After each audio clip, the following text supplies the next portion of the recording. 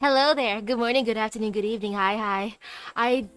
Well, OBS decided to reset my settings apparently.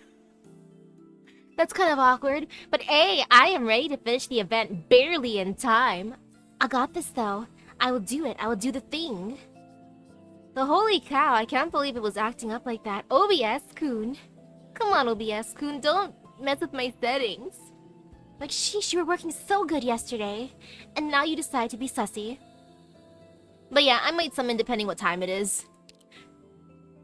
Now let's see though. BB6, flickering light. Okay, that map. Oh, it's not that scary. 2 entrance, 1 exit. Yeah, it's fine.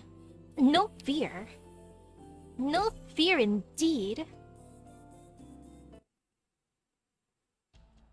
Oh, it's snowing. Pretty. Look, up ahead. The bridge. It's been blown. How are we supposed to get across? Is there another path? The catastrophe cloud is still over our heads. We can't go any further, not with all the wounded and children. And ah yes, reading speedrun basically. Damn, the iridium crystals on the ground are starting to glow.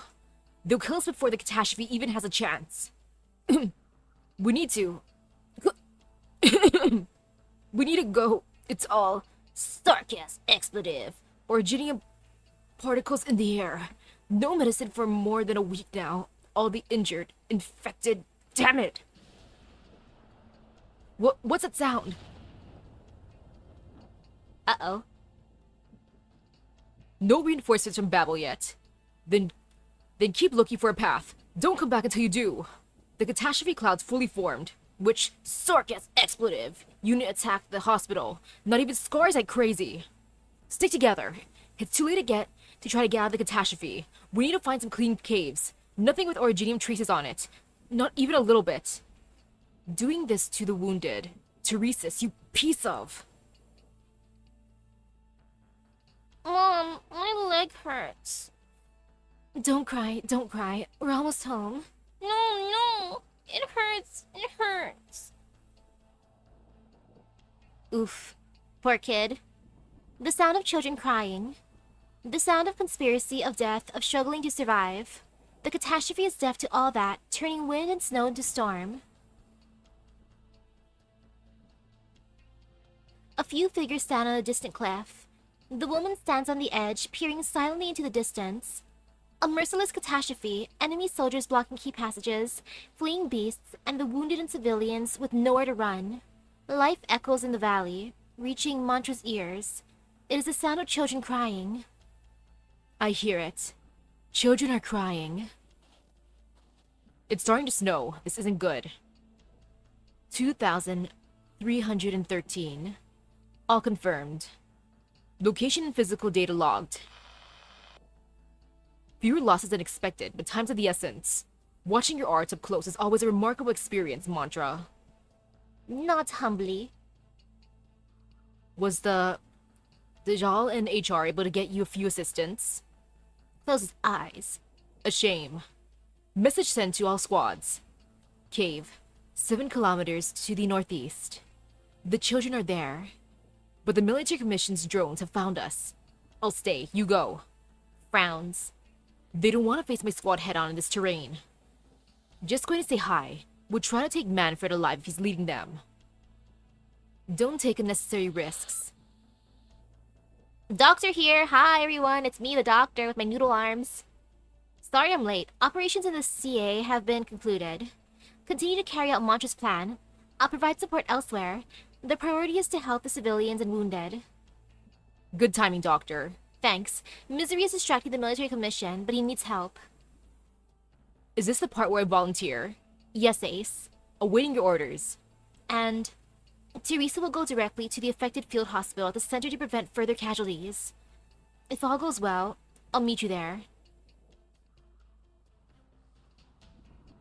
Good luck to everyone. Explosion! Move away from the glowing area. Back off. The Iridium Underground is being activated. Ooh, hello. Sarcasm expletive. Too late. Fires stir beneath the frozen earth, and blizzard brings with it the sparks of catastrophe. Every breath seems to carry the weight of all of Terra, bringing it upon every individual soul.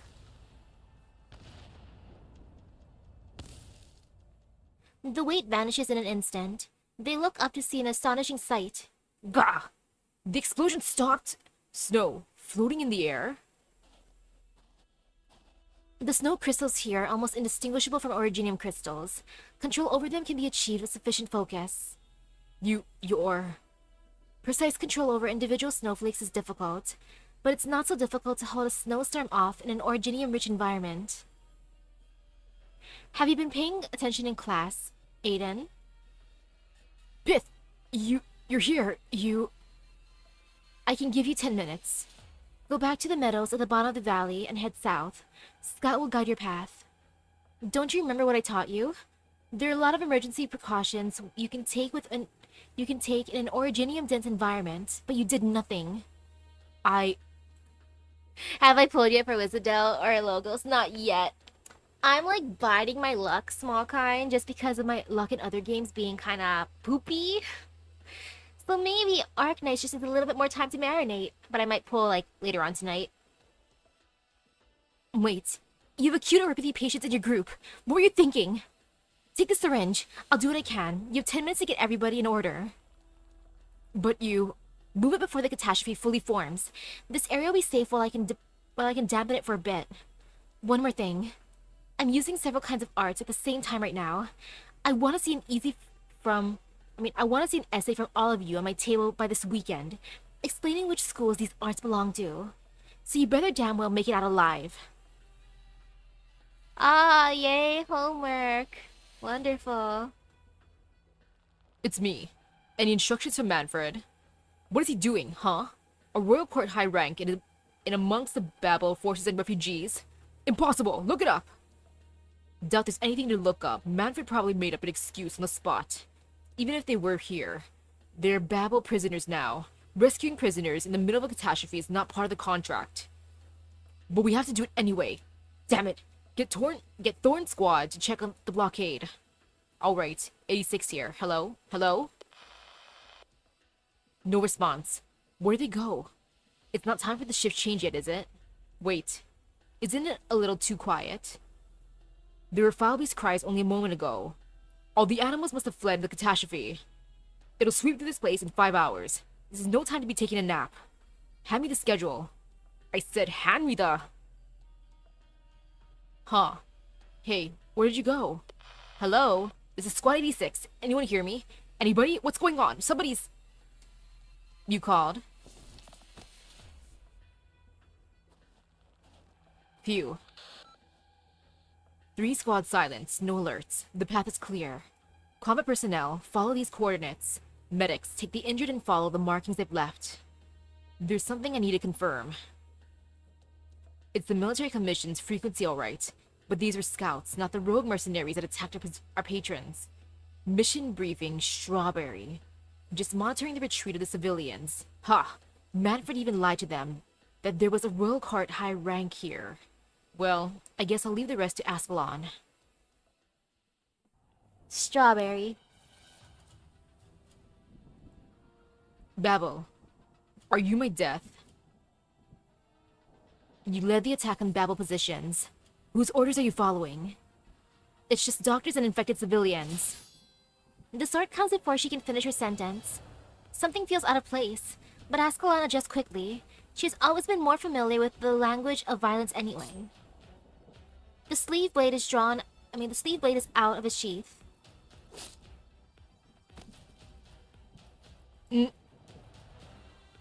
What are you?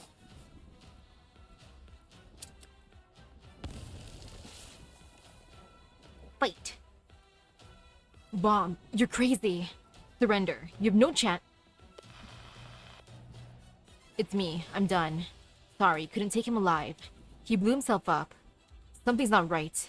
He recognized me as Babel immediately, realized he was no match for me, and quickly chose to blow himself up. Abnormally decisive. Could be some experienced spy, or... Wait. Ooh, hello. I found a pouch. It's undamaged. I must have cut it off. There's a Babel sleeve badge and a military commission medal inside. It's not unusual for a mercenary working both sides of a war. And a piece of paper. Possibly personal notes. Most of it is illegible. The only thing I can make out is... Del home. Forget it. Not important.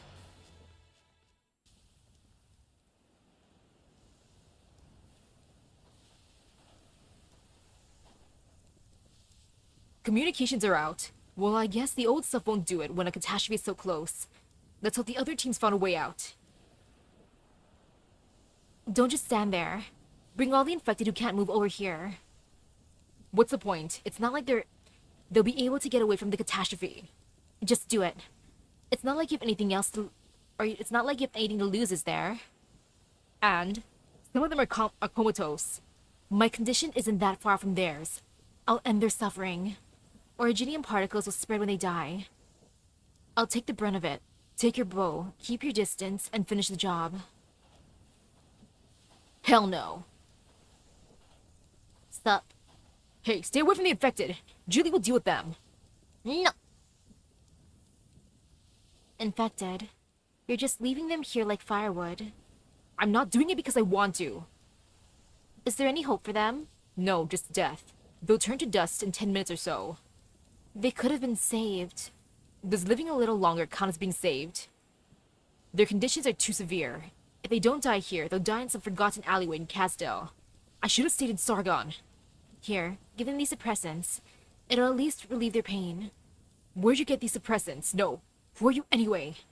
When did you get here? Don't move! Your ID code, now or I'll... Let the doctor pass. It's fine. Everything will be fine. You look familiar. Your Highness, how could you? We're right in the middle of the catastrophe. We're very grateful, but... You shouldn't have come. It's too dangerous. The white Sarkaz appears on the battlefield without a sound, as though she has come out of nowhere. The crowd whispers amongst themselves. Is she truly the King of Babel? One of the 6 heroes, the mother of Casdell? Teresa simply nods at confused and bewildered crowd. She kneels by the side of the infected. Your Highness. I'm sorry I came late. Too late to save your lives. I'm sorry I couldn't do enough. Please, don't. Teresa gently holds his hand in hers. The other infected, although one still conscious, those who have not fully given up on living, feel a little bit of gentle warmth. I'm listening, my children. I'll remember how all of you lived and died. Forgive me that I could not promise you more, but your family, children, friends, and comrades, there will come a day when they will no longer live in fear. Your lives should have been so much more. Now, though, dream a warm dream. A dream that will come true. Sleep, children of Casdell. Sleep in the warm embrace of home. Sleep. Thank you. The infected begin to glow with the colors of originium. Tiny stones eat away at flesh and blood, transforming their lives and desires into fleeting sparks. Teresa holds their hands to the end, until shining dust rises towards the sky and is scattered by the wind, never to become stars upon the heavens. So you can call me anything you like, even Evil Spirit, if that's what you prefer. I kinda like being called Evil Spirit, it's edgy. I didn't mean that. It's just, this is the first time we've spoken to each other alone. You brought us many victories. I've had a hand in some. They also say you're an expert in originium. Expert. Yet it's the first time I've seen infected die like this with my own 2 eyes. You're lucky. I never thought I would be so. Does living a little longer count as being saved? Never mind. It's time to go, Teresa. Right. But it's too late, even if we leave now. And the military commission has set a trap for us. It'll be fine. Let's go home. The military commission's after-action report writes, the King of Babel and her most trusted men led her people out of the valley. With a single touch, she parted the wind, snow, and flames. Gentle as a mother parts the bed curtains to put her children to sleep. Our casters and crossbowmen observed the procession, but none dared to take the first shot, nor give the order to. The flowery report and Manfred's false intelligence earned an admonition from the commission, but no further discipline.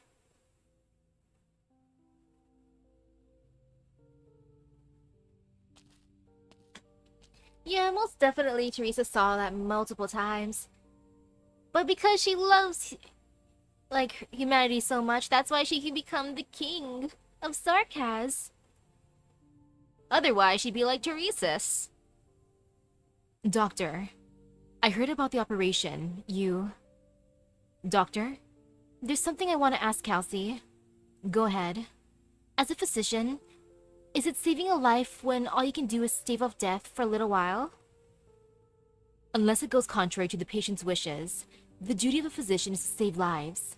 That's what we've always worked to do. Why do you ask? Looking at me and the people around us makes me feel like that you shouldn't have to deal with this kind of suffering. And Dr. Kelsey, there you are. The intelligence meeting just ended. The unexpected catastrophe has led to a stalemate, and some breathing room for us. The two of you need to get some rest, especially you, Doctor. You've hardly slept since you've been back, right? I'm fine. Teresa glances at Kelsey, who seems to sigh wordlessly with her eyes. The King of Sarka senses guilt and restlessness. It's not an easy thing to accept, watching so many infected turn to dust before one's eyes. Doctor, do you think all this is your fault? It is. I won't run from my responsibility, and I won't wallow in self-pity. I just need time to accept the present. I don't know if Originium is supposed to hurt a newborn civilization like this. But Originium is the only way to protect all life in existence. You're tired, Doctor. I'm grateful that you've chosen to bear the burden of these emotions for the sake of this great land. Your pain and struggle shows your kindness and ideals. I won't try to wipe them away, but we could share this burden if you're willing. Teresa wants to hold the doctor's hand, perceive this doctor's guilt and anxiety-filled soul. She wants to help the doctor. But a tiny speck of noise echoes ominously in the king's mind. The doctor is rejecting me? Or is it... Sorry, Teresa, but this is not something you need to take on. No need to use Civilite Etern on me. It takes a toll on you too. There are more important uses for it. My inner demons are too powerful, Teresa, I'm sorry. More important than helping someone who's given everything for us? Thank you. I mean it. You and Scout said that we have some breathing room, right? I'll make dinner for us then. I learned it off Misery. For our future challenges. I'll make us all the best instant noodles. It'll be delicious, I swear.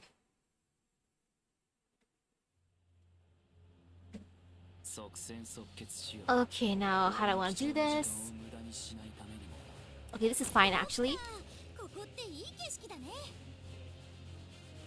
Okay, no fear. I just gotta make sure no one's standing in the area where they fire stuff, or else that'd be bad for me.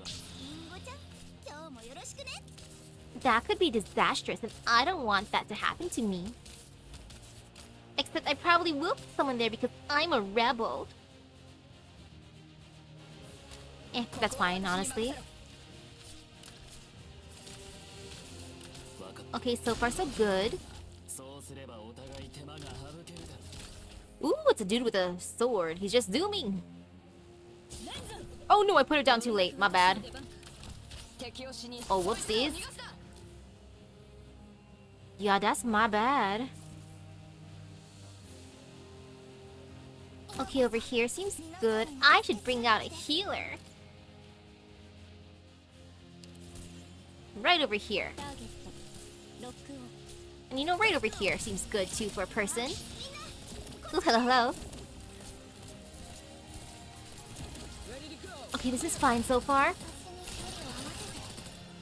Kind of, sort of, not really. Get out of here, punks. Or actually, could we break those machines? Dang, we could have broken them. Man. Oh well. No regrets. Hurry up, dude. Just keep running. Ooh, nice. Oh no, not being able to get the skins though. Oof. But hey. Those are still good summons. I'm biding my time for now. I shall summon eventually. Let me just get rid of these dudes. Look at these guys zooming through. Silly running dudes. Oh, that one's late to the party. How silly of him. Okay, all good.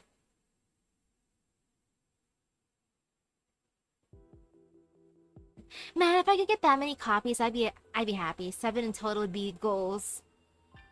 A piece of originium crystal lies quietly on the test table, glowing orange-yellow under the light. It looks pure, beautiful, harmless. Priestess, what have we done? I'm afraid not, it's impossible. Doctor, it hurts. Thank you. The doctor picks up the originium crystal with one hand and stabs it in the other arm. It leaves a bloody gash on the arm, but nothing else. The pain grows distinct, yet it is not the pain of originium infection. The instruments show the same. There is no sign of assimilation of originium and cell. Originium won't infect me. Dang! Did we ever imagine that such pain would come? What would you say about what's happening to this world? Since I'm immune, can we do research on my blood? Unknown language, originium. The last spark that we have passed on.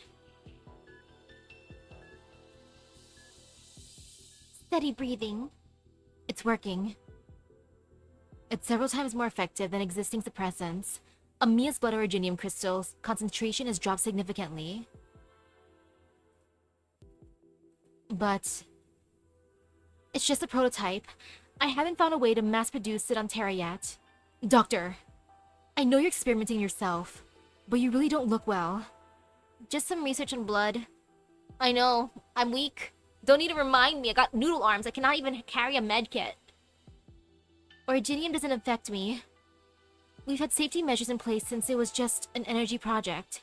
Maybe this could be used to mitigate the symptoms of erypathy. And Teresa... she's not like you. Civilite Eterna is not some kind of powerful magic. She's simply created originium arts in its most fundamental form, through the accumulation of long legacy. With her help, we may be able to develop more advanced erypathy medicine that can be mass-produced. I'm more concerned about you right now, Doctor. I'm fine. If originium has transformed you into beings identical to us, then there will be a way to create a serum in place of my own. No matter how complicated the present issues are, if Babel can develop an effective erypathy medicine, it'll be more than just the Sarkas that support us. It'll be all of Terra. Then we can foster a future with originium, one that is peaceful, happy, and eternal. No, listen to me. Kelsey grabs the doctor's arm. It is a lot thinner than she remembers. You have not relaxed for an instant. From Rebellion to the Sarkas Civil War. I chose to wake you up in order to point the way for the civilization, one that surprised me at every turn. I don't want you to waste away now. Dang, how pathetic do I look that Kelsey's looking at me like this? Such pity. You need to take care of yourself. Sorry. Right now, though, what I want to do most is alleviate Amiya's pain. Amiya's my bestie, my future caretaker, my current caretaker at the moment, actually. 3 months later, Rhodes Island of Babel Castel. I see you, Amiya. You can come out. Doctor, am I interrupting anything? No, just curious how you got in when I didn't hear the door open. I found a lot of secret passages. Secret passages? Yeah, Closure said not to tell anyone, so I haven't. No wonder Dr. Kelsey can't find you for checkups. You've been hiding there all along. I promise I won't run away if you go with me. Alright, I'll try to make the time. You've been really busy. Dr. Kelsey said that even she has hardly seen you lately. Whenever I see you, you're all by yourself, carrying a stack of papers, head down, walking from one end of a corridor to the other. If someone says hi to you, all you do is nod, then keep on walking without a word. Sounds like you're describing a really rude person. Sorry, Amiya. Dang, I'm a jerk. No, that's not what I meant. You just seem really unhappy. Why would you say that? Before we came to Rhodes Island, you were curious about anything. Cuddled up with the bird and beast at night, crouched down to look at tiny rocks in the mines, and went to pick fruit from Beckby's dens. You enjoyed everything, even the things that didn't interest me as a kid. But now, whenever I talk to you about something fun, all you say is, I'm glad you enjoyed it, Amiya. But I came to talk to you about it to make you feel happy. Look, she wants to be my emotional support now. Thank you, Amiya. You are the bestest bestie. She's not only my physical caretaker, but my mental one too. Are you unhappy because I'm not getting better? It's not because of you, Amiya. This is about me. It's a me problem, Amiya. And you can hear noises outside the ship, can't you? Yes, like the huge drills in Rimbilliton. They're so noisy. I don't like them. Me, Teresa, Dr. Kelsey. We all have a lot of things to do. It's not your fault. Alright. Do you have time today, Amiya? Yes. I want to go up to the deck and see the clouds. It's going to rain. They have very interesting shapes, and I could talk for a long time if there was someone there to listen to me. Of course. But don't you have work to do? It's okay. I'll be done soon.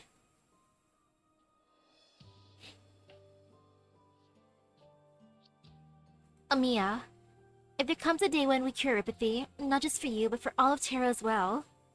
When the day comes that Terrans no longer live in fear of Originium and catastrophe, let's go on a journey again to see the rest of this great land. This time, we'll bring Kelsey and... Originium will become the light that guides the next civilization. All consciousness shall foster new hope in Originium until the end of time. Doctor! It's okay. The doctor just passed out on the deck due to exhaustion. Dang! Amiya must have been like, whoa! Her and I went out to look at the clouds, and then I go passing out due to exhaustion. Thank goodness. It's not something serious. What about the wound on the doctor's arm? Trying to contract neuropathy. The doctor tried many ways, breathing in dust, exposure to originium-dense environments, even a direct incision with active originium. I tried to get the doctor to stop, and I asked Scout to do the same, but no one wants to see the doctor get hurt. Maybe the doctor's in more pain than we see on the surface. What about Amiya? Terribly frightened. She wouldn't stop crying. It took a lot of effort to get her to sleep. Oh, poor Amiya! This is... a sculpture? A gift from a rescued infected to the doctor. Ace was the first to hear Mia's cry. He carried the doctor back and left us behind. See, Doctor? You've established connections with so many people. You're not alone. But what are you hiding that you wouldn't even tell Kelsey or me?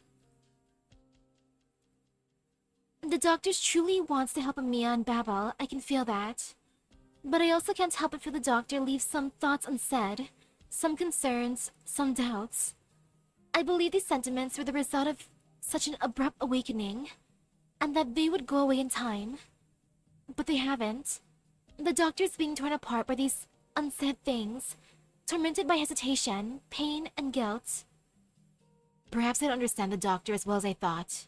I don't know how to ease the doctor's pain, and if neither of us know what the doctor is thinking, then the Dr. Babel will always be alone. All the love and respect notwithstanding. Kelsey. Yes? I will explain to the doctor in time. Teresa puts her hand on the doctor's forehead. Under the warm surface lies a past she cannot fathom. Civilite Eterna. Originium must rewrite all. Only then is there value in existence.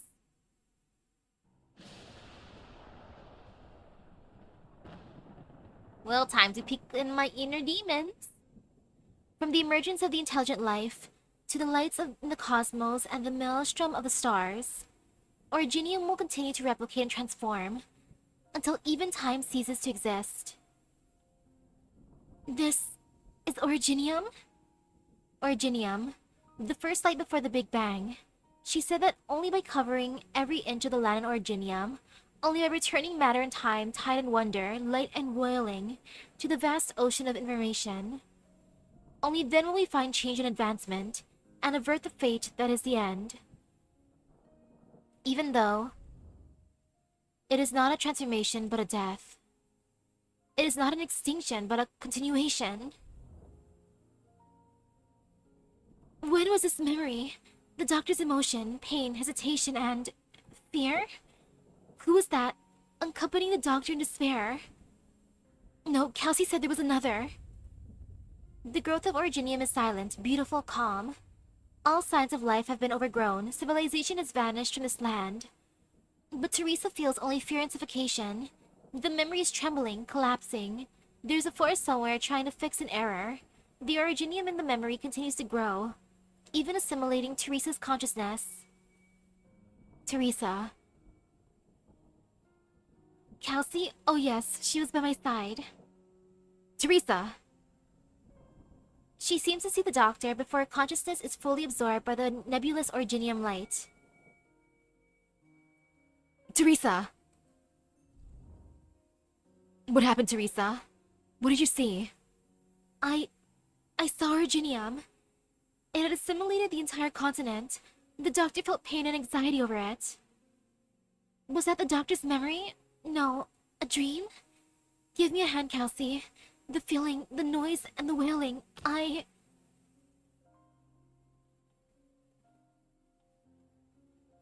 Teresa, I told you that Originium once decided the distant future of this land. There were two choices. We were too focused on tangible suffering.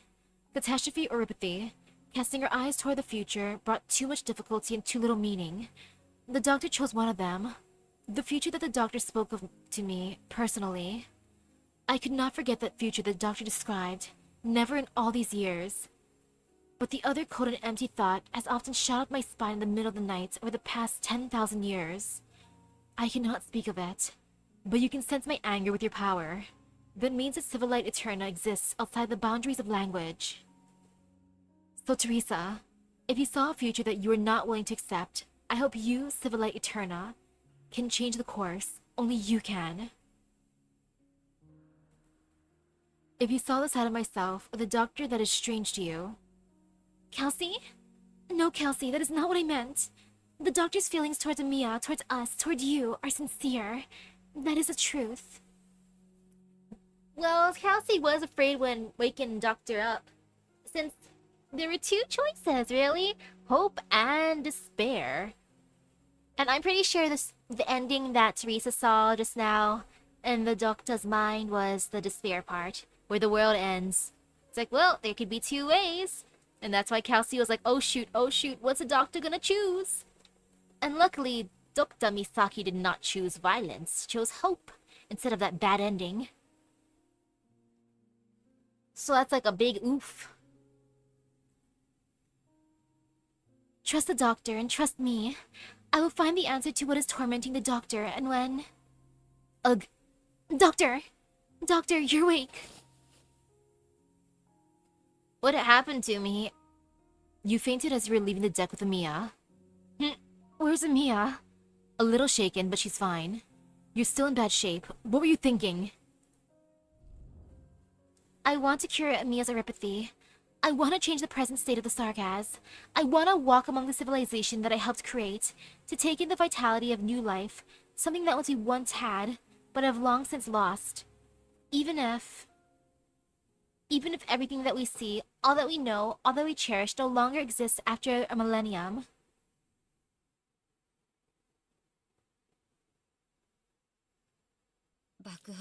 Poor Mia. She's like, finally the doctor's gonna hang out with me. Yay, you're gonna see the clouds, we're gonna talk, we're gonna have lots of fun. And then, bam, I pass out. Okay, Rising Shadow, 3 entrances, 1 exit. And not scary, that's fine. Boop.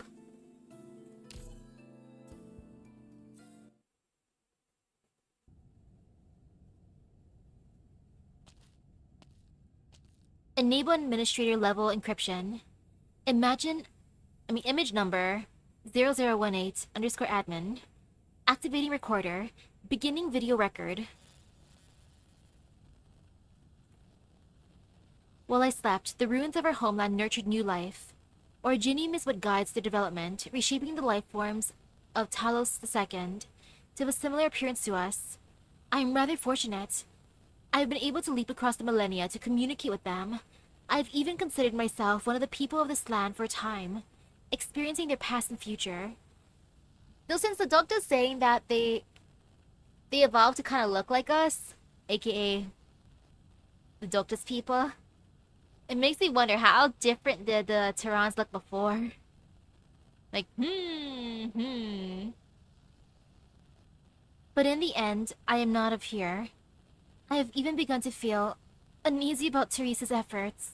If the Originium project ends in failure, no, even if it's merely postponed for some time, Teresa, Kelsey, and even the future that I promised to Mia, the inhabitants of this planet, some of the few life forms known to us, are but illusions that will break at the slightest touch.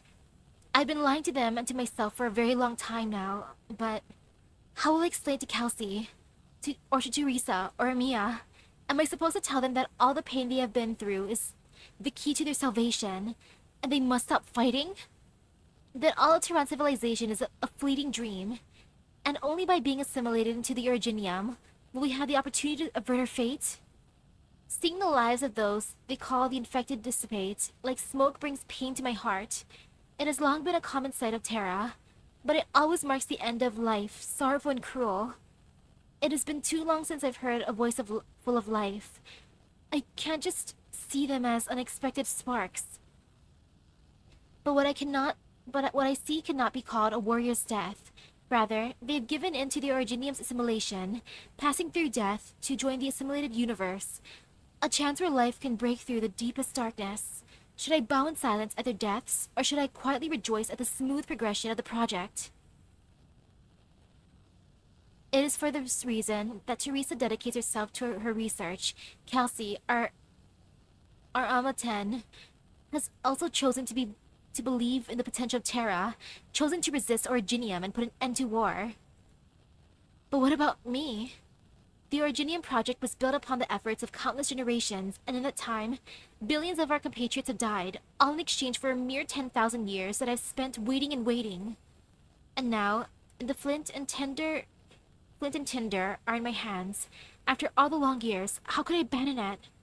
Because Terra has left me pleasantly surprised in the few short years, because of the choices that Teresa and Kelsey made. Even if Amiya has moved me to compassion, would it have not been the selfish one all along? They awakened me to be their salvation, but in truth, I'm destined to bring them to annihilation. Dang, I really am the evil one. Truly, the evil spirit, for reals. They awakened me, the destroyer, as if I were their savior. This is me playing Sims and leaving my Sims to do what they want, but then, oh no, whoopsies, I came back to my Sims and see, oh, this is the stuff that I've caused by all the presets that I put in to the world. Oopsies. Well, I guess I gotta try to fix it, kind of, maybe? Chokes back tears. Amiya, Kelsey, what should I do? Priestess, what should I do? Priestess, my true ex-wife. Perhaps I should reveal everything to Kelsey and Teresa. Originium has led them down roughly the correct path. Arrogant though it may be, this has been sufficient for these souls to perform a new kind of miracle. Perhaps I must re-examine Teresa and Kelsey's plan. Babel's research has produced faster than expected, but Terra's political structure is rather primitive, and Babel does not yet have the ability to transcend the barriers of race and nation, so that it may represent Terra as a whole. Believe in Terra, believe in the people to build their own future. Carry on with the project, at least the vestiges of those who came before can live on with Originium. Believe in her. Stop her.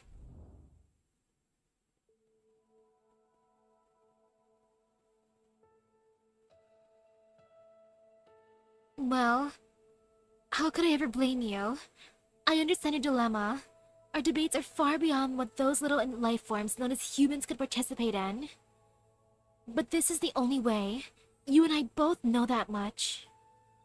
If perhaps we still have time before its return, we can envision things together, achieve them together, describe anything and everything within the boundaries of the universe together. I hope that in those fragile moments, you will always stand by my side. You will, won't you? Priestess, are you bad for me?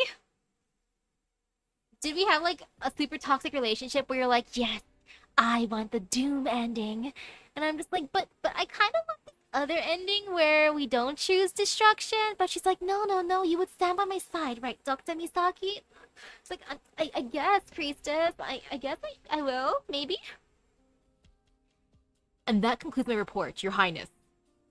The military commission seems to be certain that we will retake region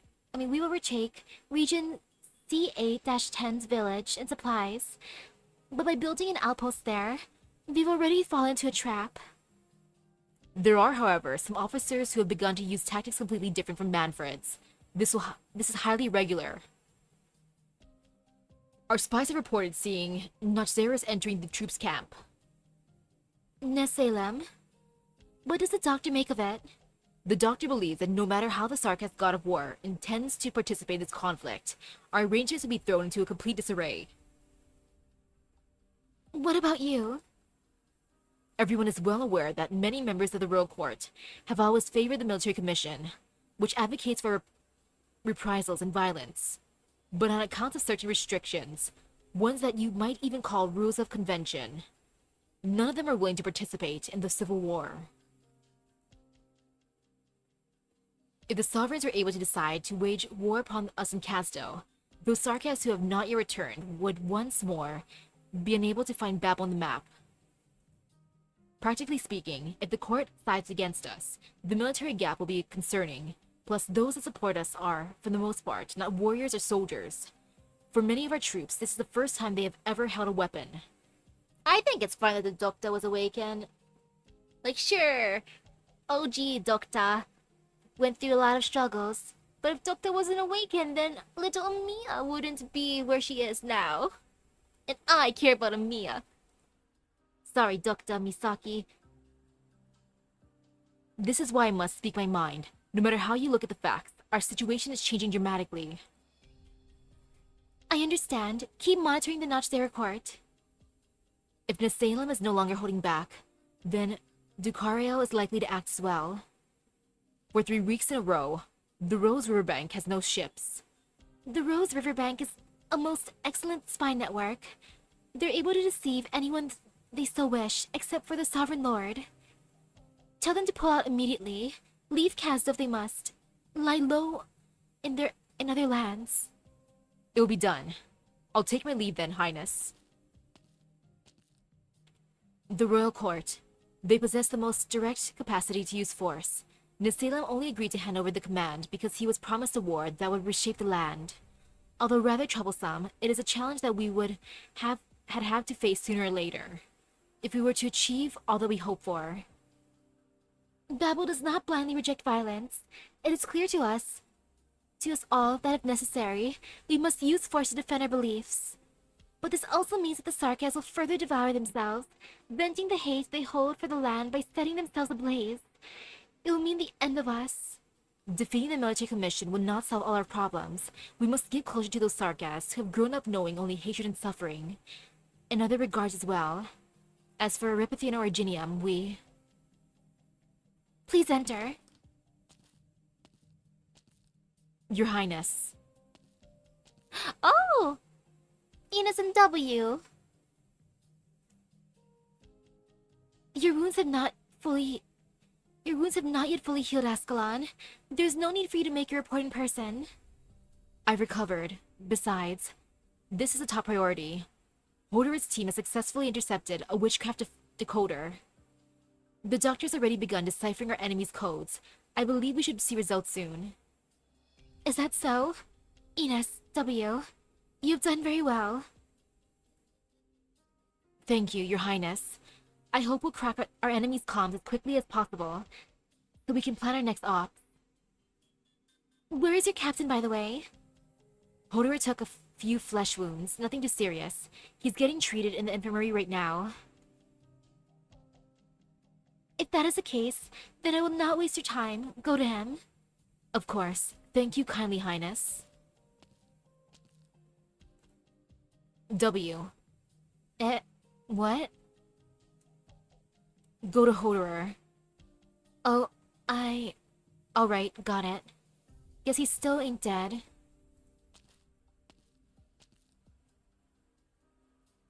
If that is all, Your Highness, I have other business. That reminds me. I still haven't thought of a real name for the girl, have I? 1093 Winter. It is cute seeing, like, past W. Like, the more she comes out of her shell, the more expressive she becomes. Weather rainy. Casdell border Casdell. The doctor listens to the pitter-patter of the rain on the leaves, eyes closed. Drip, drop. The doctor's heart rages, fills with torment. A foul beast cries out in the distance.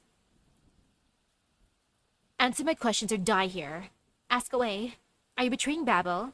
I've never been a Babel member, but I've also never abandoned them to face their struggles alone.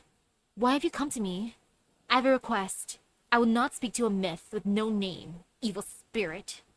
Who are you? Misaki. Dr. Misaki. Oh, that's who I'm meeting up with. Misaki. Teresis lowers his weapon, the rain falling from the corners of his eyes onto the earth. He does not look at the one who invited him to this clandestine meeting, instead, gazing upwards at the colossal statues of so-called heroes, statues raised to commemorate the founding of the nomadic city of Casdell by a pair of twins. What's with twin saving places? Like the other beautiful twin ladies. And then there's these twins. Man, twin rulers. They're so, like, popular, huh? Even after 100 years, his stone self still stands, sword drawn, by her side, despite the best efforts of catastrophe and storm. Not long after she'd crushed the rebellion that sought to destroy a new city, the joyful people of Casdell invited us to witness the unveiling of these two statues. Ancient Sarkaz language, heroes. They were to watch over the border we had marked with our own two hands for generations to come, warning our foes, welcoming our friends. I once swore an oath to her below her statue. My sword will behead all those who stand against her. The doctor stares at the statue of Teresis, gaze unbreaking.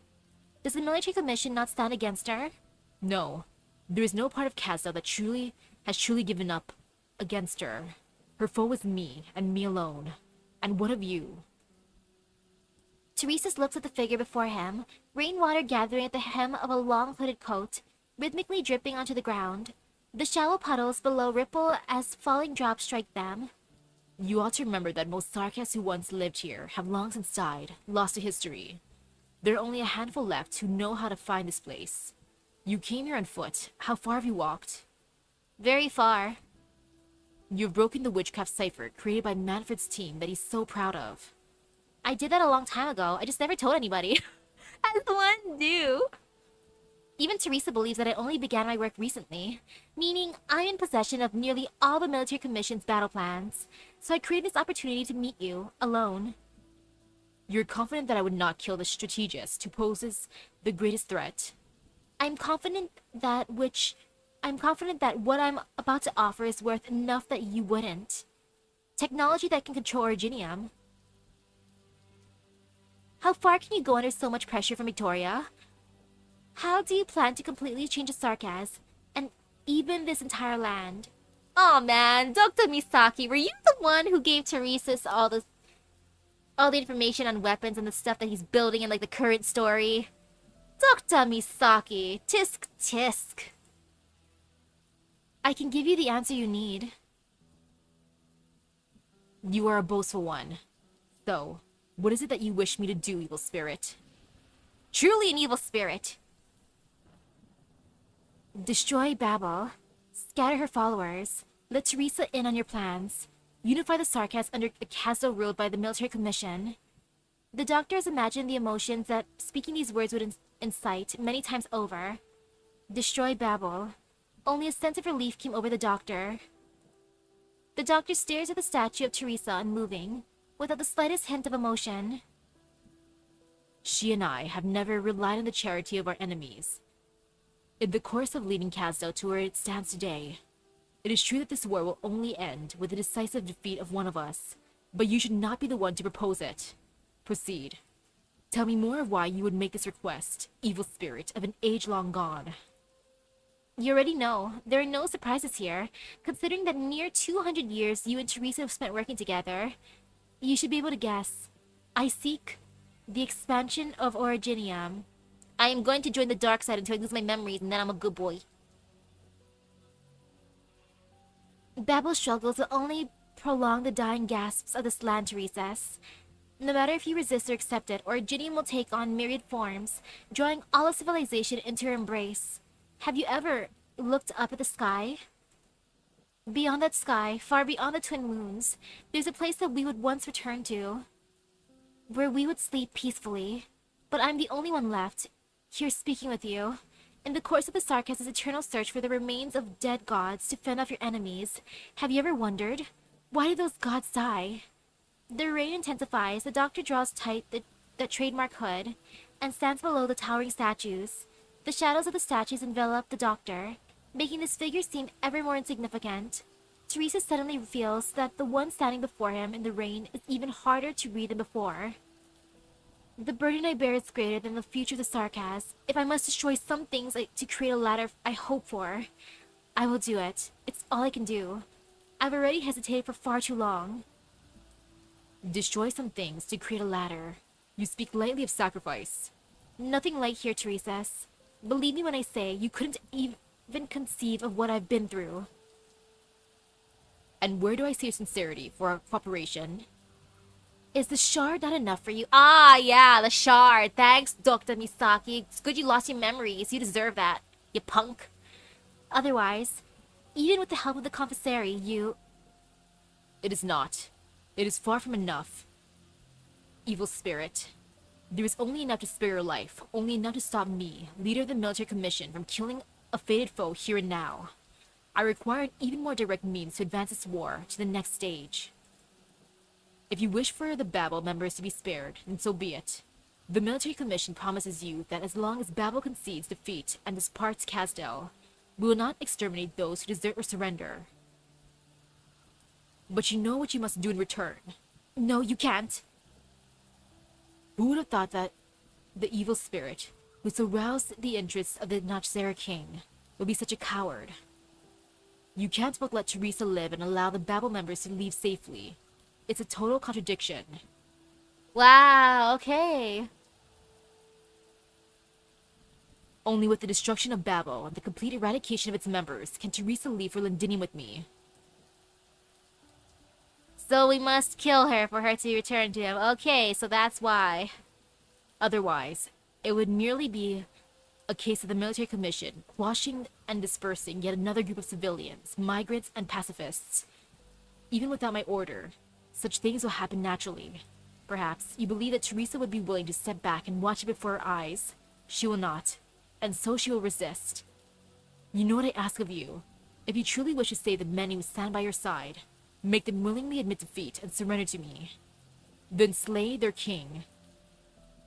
And then I will allow Babel to leave. As it collapses, it will no longer be considered a Sarkas endeavor, and it will grow weak, drifting to the edges of civilization. Destroy some things to create a ladder, Misaki. You're right, there is nothing light about this. In your opinion, what is the meaning behind the Civil War? What meaning would her death hold? Reclaiming our lands, rebuilding our homes, ending discrimination, and revitalizing our race. You have heard these platitudes many times. They are too complex and yet too simple. Merely a small and pitiful species trying to grasp their fate. I see. In that case, I will tip the scales of destiny. Destroy Babel, divide them, weaken them. Allow them to return to their former lives, so that they can know a moment of peace in the final century. That way, we don't have to kill Teresa, or at the very least, we can minimize the loss of life. Fretting over violence serves only to stifle you. You understand the sarcasm better than most, but perhaps still not well enough. I have a question myself, Dr. Misaki. Evil spirit of a bygone age. You call yourself a giant, a god, a supreme creator. One who can dictate the fate of the Sarkaz. Are you the only one of your kind? I am. That is good to know. Go now, without guilt. And do what you decide to do. If you worry there will be no one to tear you down from your lofty heights, or judge your sins, don't. I will do it, evil spirit. Until there are none left to toy with our fate. Does Teresa know that Dr. Misaki has amnesia now? Because when we meet him again in the story, like, face to face, for reals, I wonder how it's gonna be. It's like, sup, evil spirit. Like, hi, evil spirit. I'll be like, evil spirit, what's that? I don't know an evil spirit. Do you know an evil spirit, you guys? The doctor listens to the splashing of puddles behind, the sound of footsteps fading into the distance. Teresa's is gone, wishing to stay not a moment longer. Pale sunlight begins to seep through the gaps between the statues. The doctor cannot feel the slightest bit of warmth from it.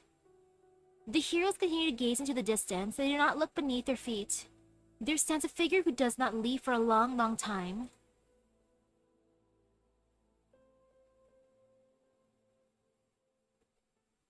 In a way, yeah, it is kind of like making a deal with the devil. But in this case, both sides are kind of equally bonkable. In that sense. Or less, at least to me anyways, both are equally bonkable. Because gosh darn it. Like, Dr. Misaki, why you gotta do this? Why did you have to, like, literally wake up and choose violence for reals? And of course it's with Teresa's, and Teresa's, of course, is Teresa, so Teresa's do what Teresa's wanna do. So of course Teresa's gonna have that kind of reaction. Though I do think it's a little bit funny how Teresa's is like, Doctor, you're a coward.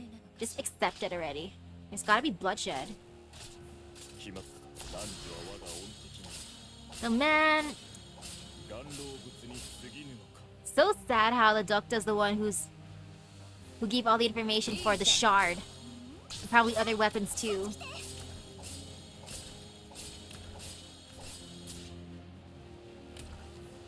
Let's see. So I see why all the others are suspicious of the Doctor. Like, for reals. Like, I understand that completely.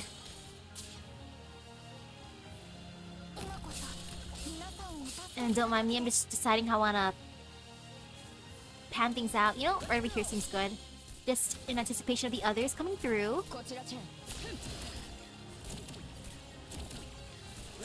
Okay. Alrighty, this is fine so far for the fight anyway. Yeah, fine enough.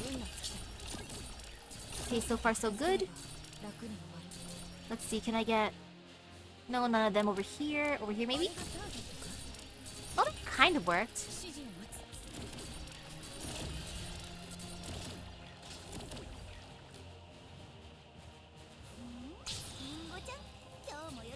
What is that guy?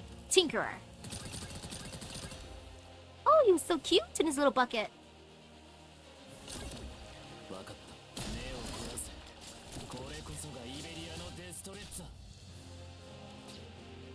Okay. At this point, I don't blame any of their, like, anger towards the Doctor at first. Like, I was hoping that the Doctor didn't deserve all the anger from, like, W and Kelsey guys. But no, seeing this event, I'm like, you know what? It's totally deserved. But at least Amnesia Doctor, Post-Amnesia Doctor, is a good Doctor. For what it's worth anyways. At the very least, current Doctor can slightly atone for past Doctor's mistakes. And also be a decent influence on Amiya. Now, oh, let's see how this goes. Come forward, please. Just a little bit more, come on. Okay, there. Phew!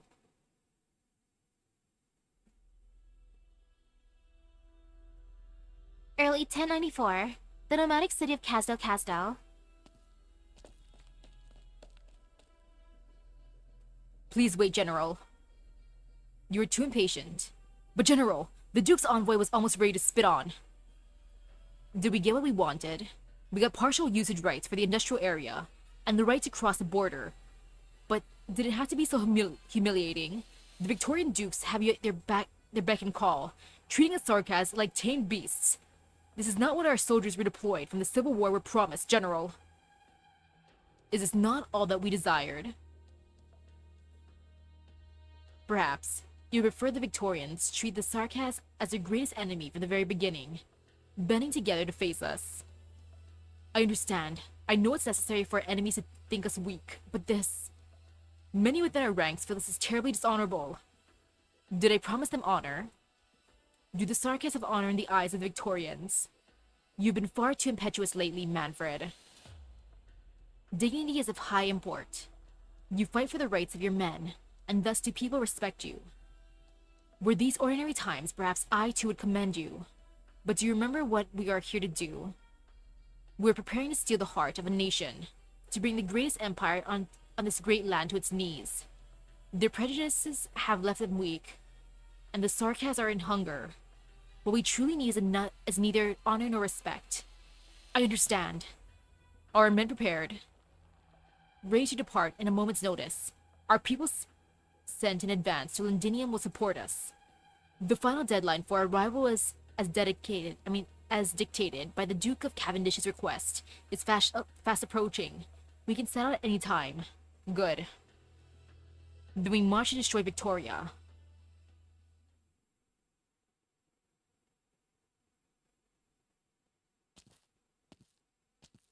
Have you been on duty this entire time? Yes, sir. Stand down for now. I wish to be alone for a while. Of course, sir.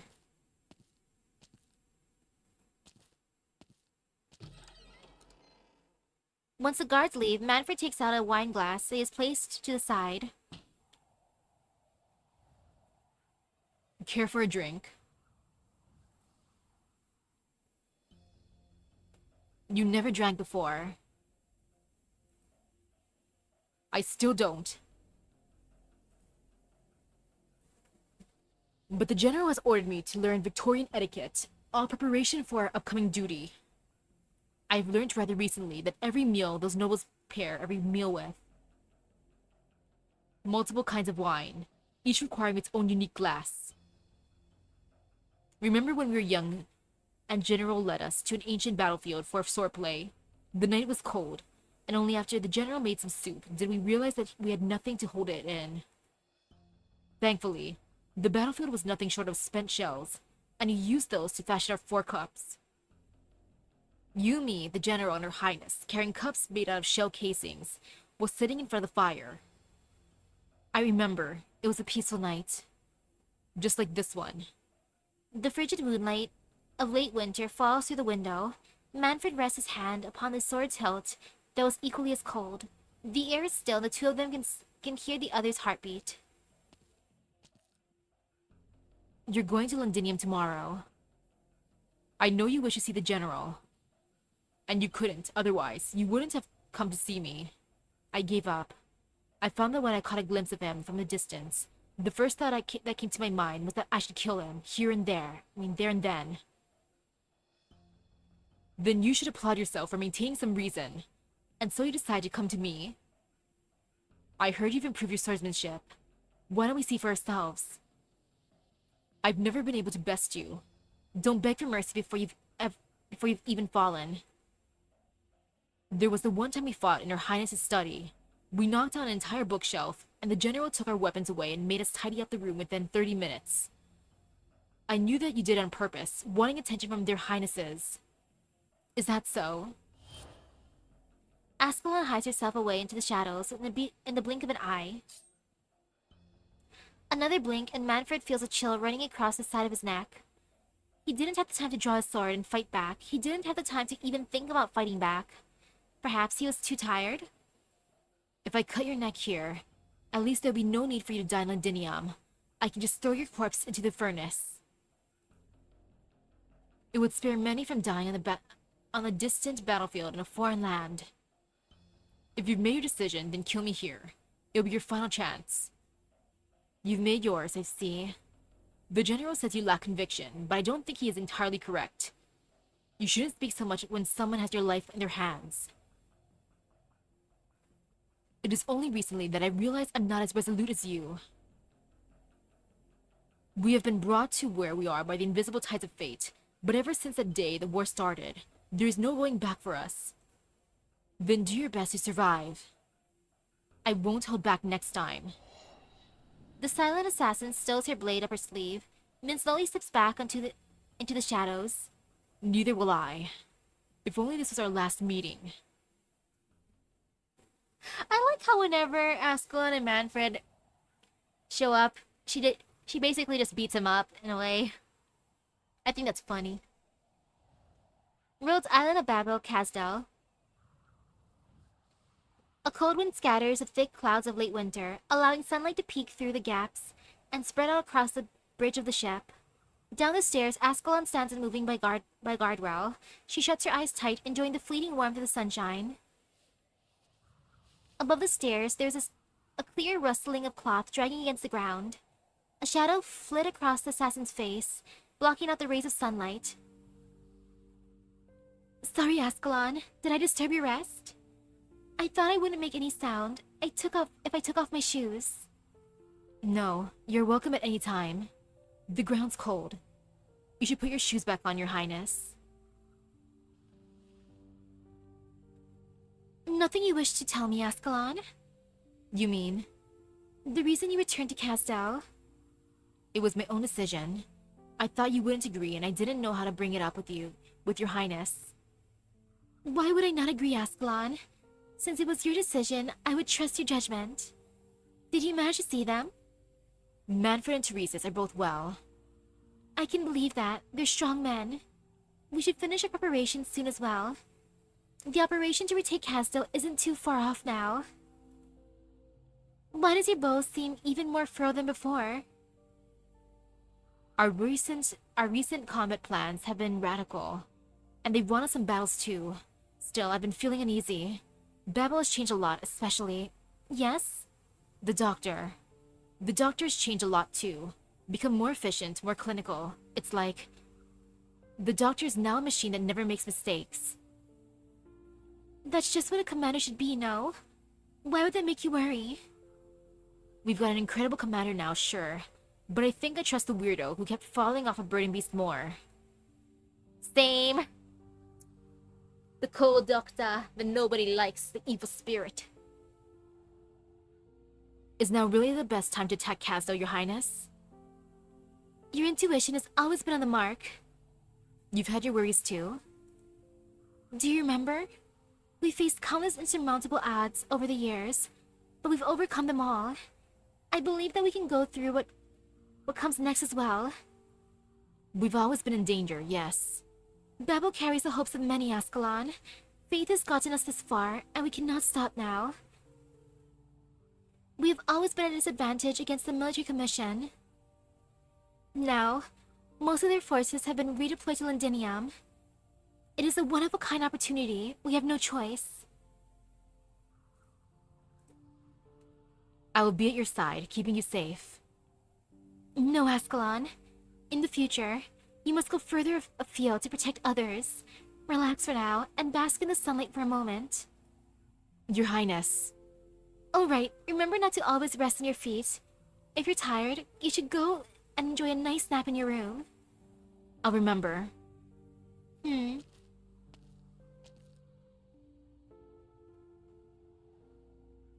sunlight shines upon Ascalon's face once more. It is bright and warm, but the moment the shadow fades away, she suddenly felt some peculiar emotion flooding through her chest.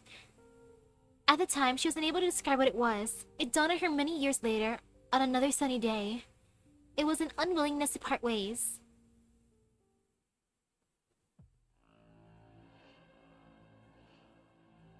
Londinium, Victoria. Mercenaries. Message from His Grace, the Duke. Storming Londinium like this was well done. Assemble in Central in an hour. You'll be reviewed there, and you'll receive your bounty. Hey, did you get all that? Yes, your orders have been received. Do let the Duke know on my behalf that we'll be there on time. The Sarkis thank him for his generosity. Humph. Uppity devils.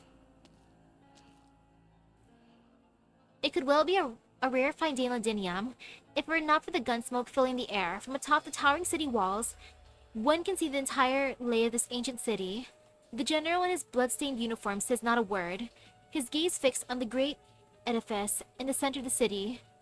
In the skies above Londinium, a dark cloud floats by. 悪くない戦いだった。この私です。 Alrighty. 胸の高鳴りを感じたほど。 BB-8. Final countdown, except it's not the final map. Oh, that is a lot of enemies, though. Ooh, that's gonna be fun. Okay, I got this. I believe in myself. Should I believe in myself? Who knows, but I will.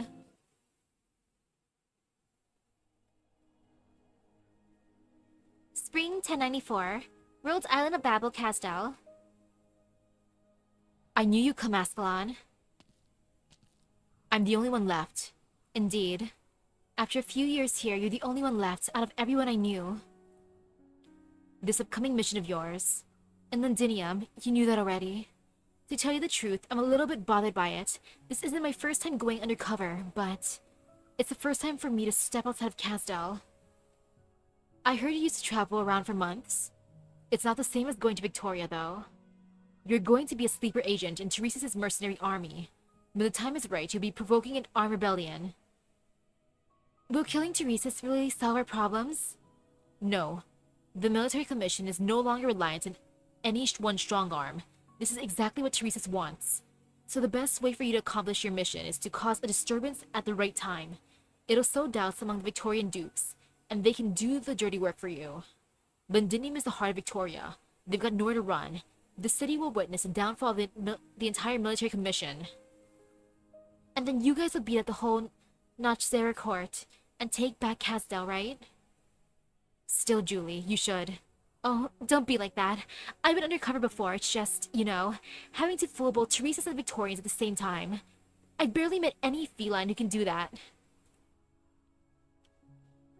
I've even been practicing my Victorian just for this. That's not what I meant. Never mind. Here for you. What's this? My old clothes? My name's been sewn into the lining. Did Her Highness do this? Her Highness wanted to give this to you in person, but I don't want you to meet at this moment. I would rather she not have to suffer too much. You know what I mean. You know that everyone involved in this plan is considered sacrificed already. Her Highness knows this. She wanted to say goodbye to all of you in person, but that would only make it hard for her to sleep at night. So I lied to her. I told her you all left earlier than planned. I'm sorry, Julie. You might have wanted to meet Her Highness too. Julie does not reply. She strokes the name sewn into her clothes with linen, feeling its rough texture in silence. That's so cute!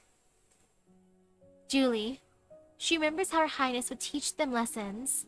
She is more used to killing people than learning things in the classroom, although she would doze off as if she didn't understand a thing. She knew in her heart that everything Her Highness said was right. That's why she had never raised a question in class. Who wouldn't want to see Your Highness one last time? But I don't mind it's you who gives me this. I've learned a lot from you in these past few years too. You're not thinking that you might be more qualified for this mission than I am, are you? No, I'm not. There were some people who actually mentioned you at the meeting earlier, but we all agree that it's the best that you stay in Kazda with Her Highness. As for me, I've always been on my own, so I was the first to suggest you could go and join Scout's team. I remember you've already applied for it. That was just because I wanted to learn everything I could from a hero. All that so I could beat you one more time. We fight more or less in the same way. It's kind of a bummer leaving without having sparred enough with you. Humph, I really wouldn't be telling you all this if it wasn't for the fact that I'm about to head off already. Do you have anything else you'd like to say? Nope, I never expected my first time leaving home would be also my last. I also never expected the person sending me off would be the unsmiling, silent head assassin who's always standing by the king's side. Just answer me honestly, Ascalon. What's it like out there, in the lands beyond Casdell? Ascalon does not answer. It seems that Julie did not expect to receive one in the first place. Julie simply gets up and leaves at a languid pace, as though she was just heading off to get a bottle of top-notch wine. Ascalon watches her as she walks off into the distance. She suddenly feels like there is something unfamiliar about Julie, the same feeling as if she were unable to recognize her own reflection in the mirror. Goodbye, Julie. 3 months later, village on the outskirts of Londinium, Victoria. Come out already. There's no use hiding. We received the info when we were in the city that there's a squad heading off to Casdell. That must be you lot, right? We've blocked off all the other roads out of this village, and don't even think about passing through me here. Got you. Look at your wounds and all. I doubt you could beat a civilian in a state like this. She shakes her sword with disdain, flicking off blood on it. Or maybe you're waiting for your buddies to come help you out. The others are all dead. As a doornail, all your friends are dead, so why does it feel like you're breathing a sigh of relief? Death is but a mercy, my friend. Who the hell are you guys? Sad that Julie doesn't make it in the end. Man, Julie is so cool, just what I've seen of her so far. Also, I love her design. That does not matter. Gah. Your blade struck true. She hears the assassin break out in laughter under her blade. Only once he's finally stopped breathing, does she peel off his mask. Julie freezes. She thinks hard for a long while before finally realizing the identity of the sarcasm based on the marred birthmark by the corner of his eye. His portrait has been circulated around the Scar Market's book of bounties before. He had many aliases, but nobody knew what his real name was. He has been active for far too long enough to become the subject of boasts and quips from drunken mercenaries, but the two horns that marred his bloodline and identity had been cut clean off, leaving eternal scars on his head. Those other masked nut jobs willing to die for their cause, did they also like chopping their horns off? Did you need to go this far to muster enough courage to assassinate Her Highness? Was it because you had to bear steel against the King of Sarkaz, against one of the 6 heroes? Whatever. I can tell just by looking at you all that you haven't dealt with Her Highness Teresa before. Well, don't you worry. I'll burn your faces away. I'll burn away your faces. Sure, you'll be turned into some real stinky charcoal, but it beats being remembered as a sinner. You guys can't go back to Casdell, and this is the only thing I can do to help you, to be honest. I don't think you and I are all that different. I can't go back to Casdell either.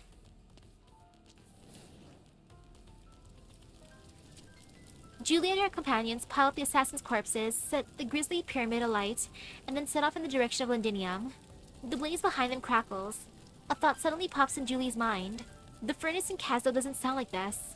What was it like? She has heard it all the time when she was little. Can't remember any of that.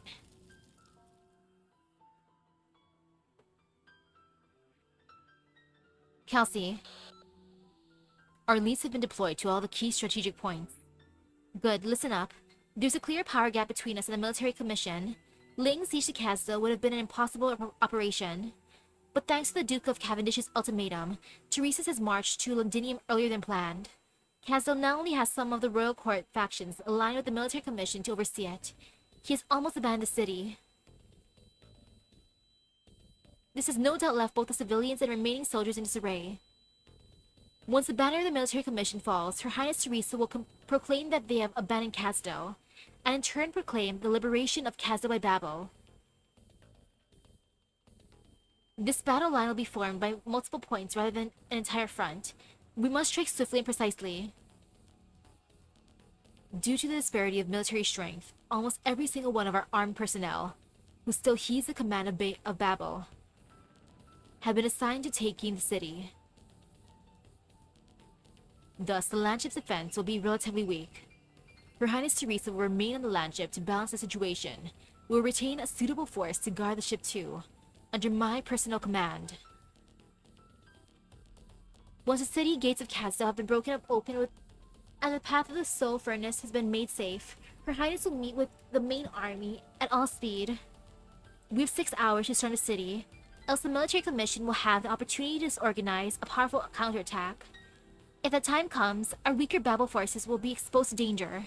By the light of the setting sun, Babel will capture the furnace and the royal court's chamber, and the banner of Babel will rise with the moons. And when that time comes, a ceasefire will resound across all Kazdal. I have faith that we will all succeed. Phew. Wonderful organization, Doctor. Just some big talk meant to boost morale. I'm sure Kelsey and our experienced fighters can see right through it. Babel is going to take heavy losses. It's not quite Teresa's style, allowing so many flaws to go exposed.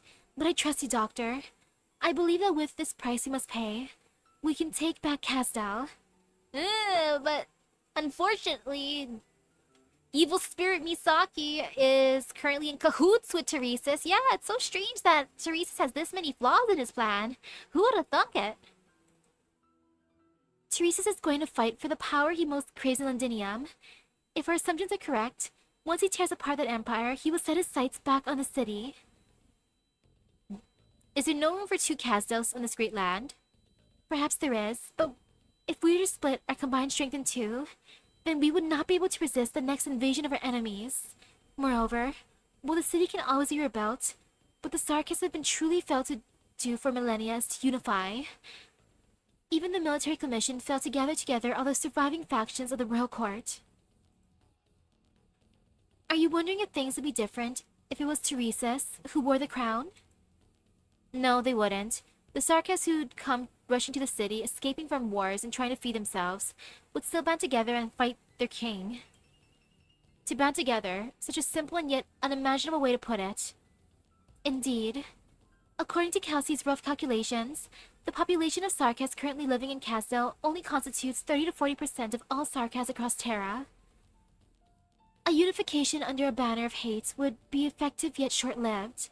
A unification under peace allows us to discuss development and our future. It is not that Teresa's or the Sarkists does not understand all this. It's just that the war broke out anyway. Even if we take Kazdal back, Doctor, perhaps this war will still go on. But maybe it will do for now. After a victory, I'd like you to take a look around the city. It is my home, and the home of many Babel members.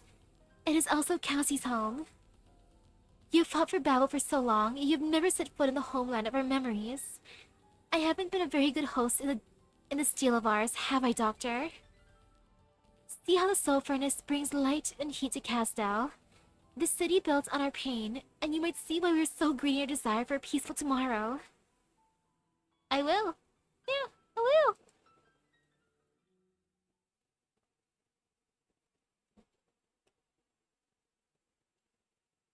Outskirts of an abandoned town, Kazdal.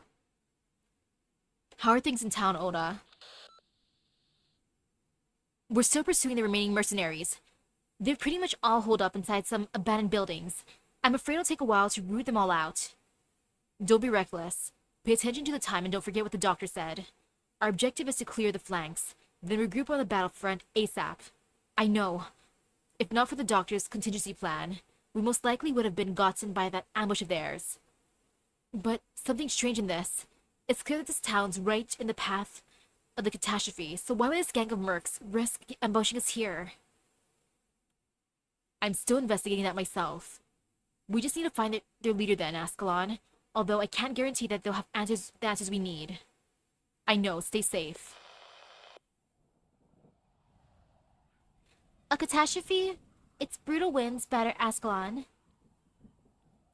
Faint blasts from the horizon distract her, as though they are reminding her, we're destined to walk along this path.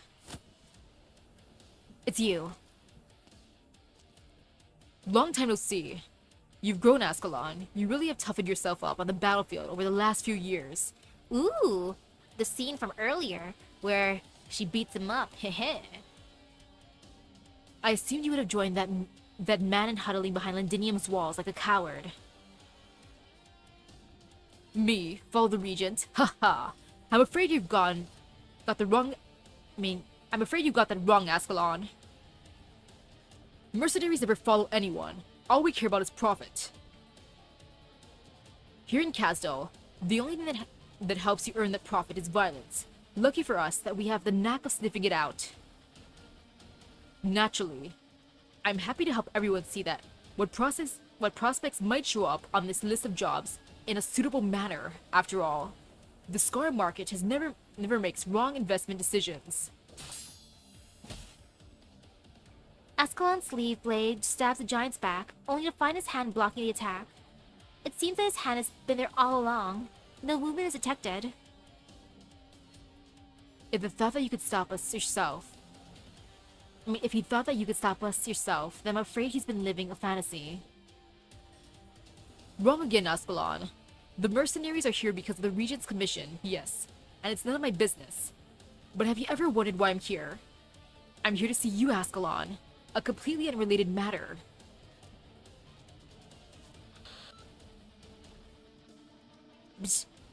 Ascalon, the town. Another ambush! Oda. I didn't say you could leave, Ascalon. The moment those people stepped into that town, their fates were sealed. You can't save them. I wouldn't really consider Teresa's a coward. He's just a super duper duper passive dude. Do you still remember the first time we met? We're already at the confluence of fate. Here, I see a rather abrupt ending. I've always wondered, could I change that ending? Perhaps I could dredge up a stone from the rough rapids of destiny and place it wherever I want to see what ripples would arise should that not exist in the first place. Could the Cyclopses control prophecy, get lost, or die? I already told you. There's no need to try for any surprise attacks. I can see them coming. Teresa has taught me many things, but there's only one thing I remember clear as crystal. The blade in my hand can solve most of my problems. Scar Eye, can you see nothingness? A thick mist, mingled with dust, spreads across the area. Everything is indistinct. The assassin's figure gradually becomes a blur in the fog. Doesn't matter if it's fate or prophecy. I've had enough of your tricks. You believe you can see beyond time. You believe you can rely on fate to guide you to your profit. But you're nothing more than an addict playing at fortune teller in the end, Scar Eye. Ascalon's voice fades away. The giant's ears only hear the wind. The giant's eyes only see the mist. Strange, even though he can see 100 different ways of his own death whenever he wakes up, now, he sees none. Ooh, that's cool. Crack. His mask shatters. His eyes have been hidden beneath that mask for nearly a century. He doesn't need them to see reality. Too many people, too many things, all unworthy of his sight. And as the evening light rushes into the cracks of his mask, seeping into his excited, dilated pupils. Do you see your death now? No, he sees a precipice. The rapid waters of the confluence of fate are flowing over it. Before we continue this fight, Ascalon, allow me to give you a prophecy, free of charge. A story.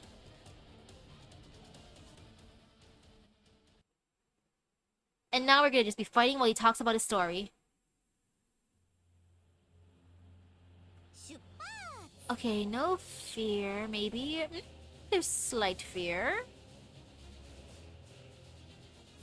Oh, this is gonna be kind of annoying. Oh well, I'll see what happens. No fear. Yeah, it's fine, it's fine.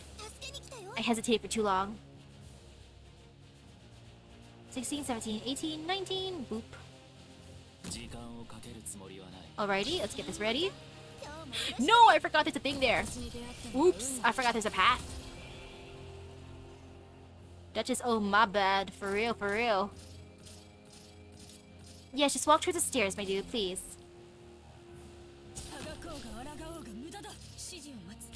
Okay, this is fine. Kind of, sort of, not really.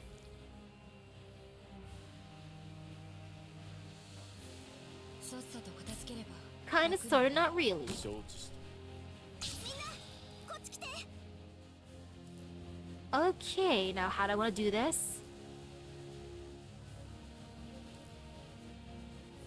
Okay, that's not too bad, actually. We'll protect that side. Yeah. Seems good so far. Ooh, no, it's a zooming dude. No. Okay, let's see how this goes. A new thank you. No fear. I let someone through. I already derped hard. Oh, my bad.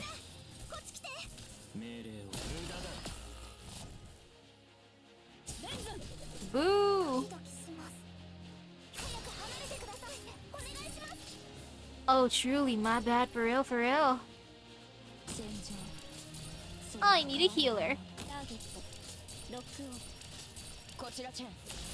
I should bring up multiple healers, actually. You know, healers are great. 何時らのお I love being healthy. Yeah, being healthy is nice.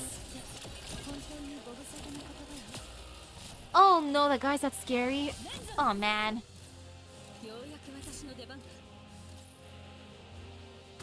Oh, this is disastrous already. I'll have to redo this later. Ew. Oh, I don't like this placement at all. Uh-oh. Uh-oh, uh-oh. No fear, though. Barely did it.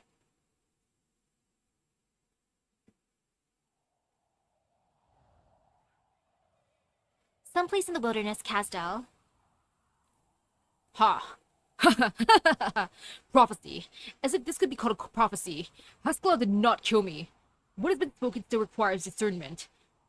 What has been discerned can still be altered. The essence of prophetic art is merely conjecture and calculation. No wonder there is no destiny that can't be defied. The Cyclops card is nothing more than a big sick joke. Spit that hurts. I didn't die under Ascalon's blade. This isn't what I prophesized. Then maybe she's the one who should have died. She's bound to come confirm that I'm dead. When that happens, you lot can nail her down. You lot can nail down her shadow and rip her to shreds. She's wounded too. I didn't get all beaten up for nothing after all. What are you guys doing? You're aiming at me, really? Who bought you off? Nobody, boss. It's just a good opportunity to get a promotion. These guys are just like, oh, our boss is weak. Well, I'ma be the boss now. An opportunity. I see. Babel's entered the city, and you could take my head to curry favor with them. If Babel loses, you can always go back to the Scar Market. Nothing to lose. Scar silently looks at the soldiers he set up for the ambush himself. The wind sweeps past, carrying the faint scent of his blood. Heh. It's a good plan, fellas. That's my boys! Eh. Fate did not kill him. He made it. He had revised a prophecy. And then he died atop a stage of his own making. These are the consequences of his own actions.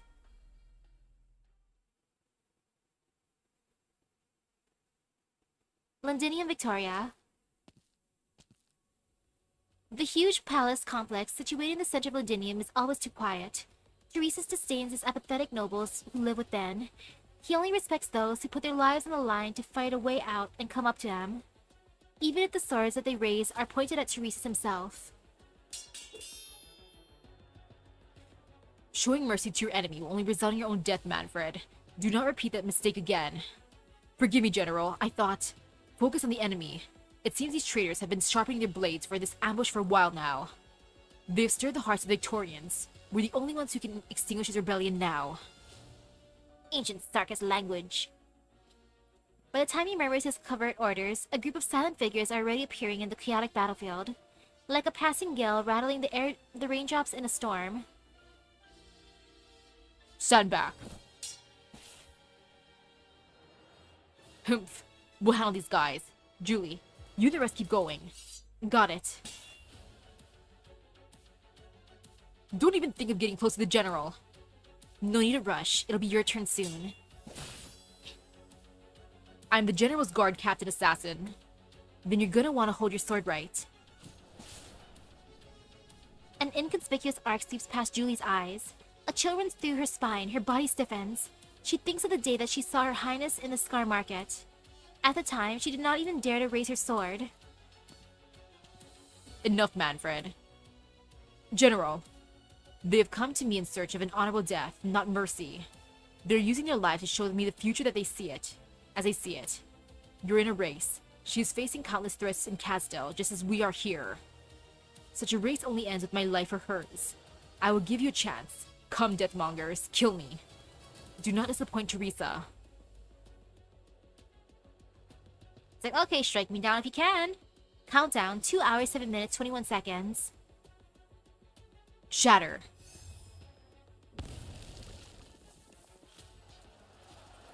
The gates have fallen. They're about to come through.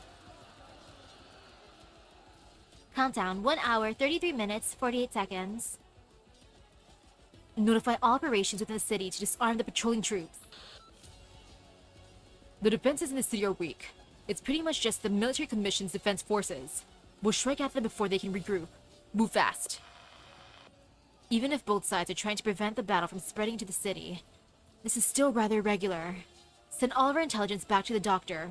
All operating teams, quicken your pace, and stay vigilant at all times. Take down the military commission's flag in the plaza, and tune a radio into all frequencies in the city. Countdown, 49 minutes, 59 seconds. Prepare for the landship's connection. We want to let Her Highness and the others enter the region that we control ASAP. Also contact Ascalon's team and tell them to rendezvous quickly. 3 teams have already completed their deployments ahead of schedule. Where to next, Dr. Kelsey? The former site of Babel. Babel's flag has not been raised there for many years. Kelsey walks along the street. She's still familiar with the route to Babel's offices. The Sarkas in the street quietly move about, climbing as high as they can on the surrounding buildings, gazing at the same ruins within the city. A flag that has not been seen in Kazda for many years slowly rises. Babel has returned. We're back home! Mantra's latest report says that we've managed to completely clear 5 main roads. If everything is going according to plan, Kelsey should have seen the fires of the Soul Furnace by now. Castle's defenses are all but crippled, Doctor. We can board the city now. Good. But the military commission will not give up on Castel. If we want complete control of the city, we will still need a bit more time.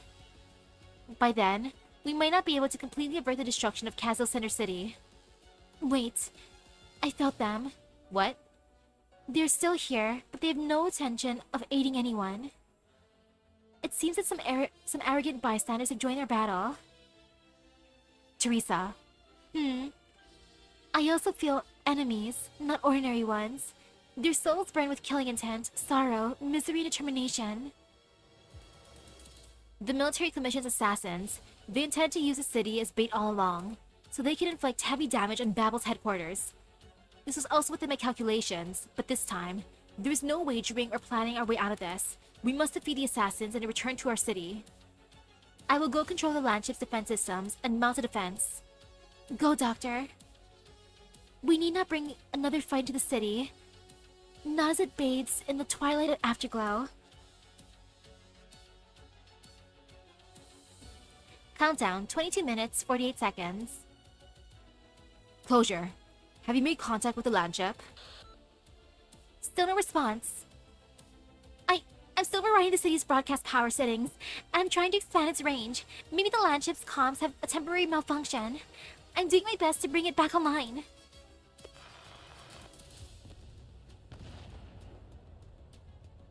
Countdown, 12 minutes, 57 seconds.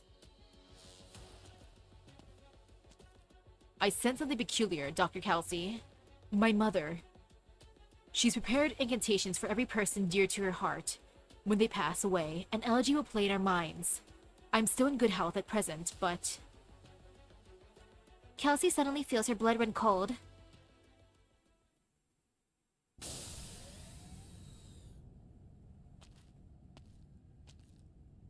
Even if Babel can capture Castel, it is bound to suffer grave losses. Teresa was right. We can't unite. The division of the Sarkas will be the new norm. Even given a long time, the Sarkas are unable to go from a weak community to a world leader. Most importantly, I pointed out another path to Teresa's.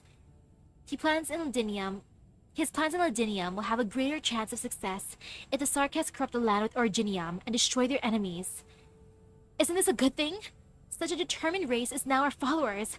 They'll become the first brilliant bloodstain on the curtain of Originium as it spreads. That's right. We have no need to destroy them. No need to kill her. I should use the Civilite Eterna. I should try to guide its hidden functions, and then I wouldn't need to.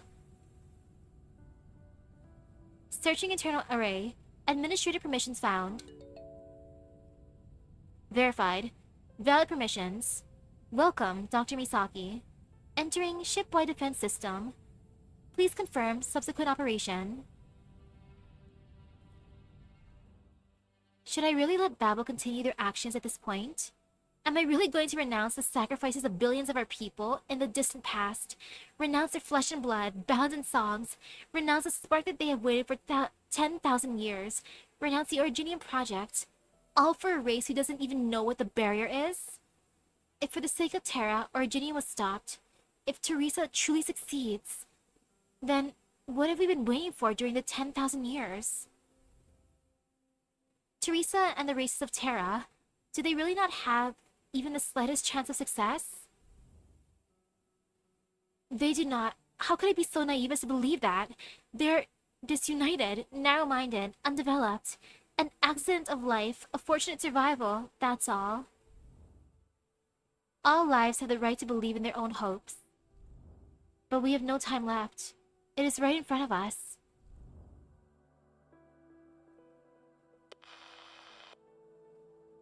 Doctor? Doctor, can you hear me? That's strange. There are some peculiarities in the doctor's emotions. Intense and shadowed. Doctor, what exactly? Look. There is a fiery light from the torn-apart portal, like a smoldering gash across the sky. Only after centuries will it dissipate into nothingness. The stars are leaving from where we stand, like leaves trembling in the night. Yet that ship from Talos II still arrived at these rubble-strewn ruins. That is life. That is what we lost after our final day. That is the ancient ode to dispel any darkness.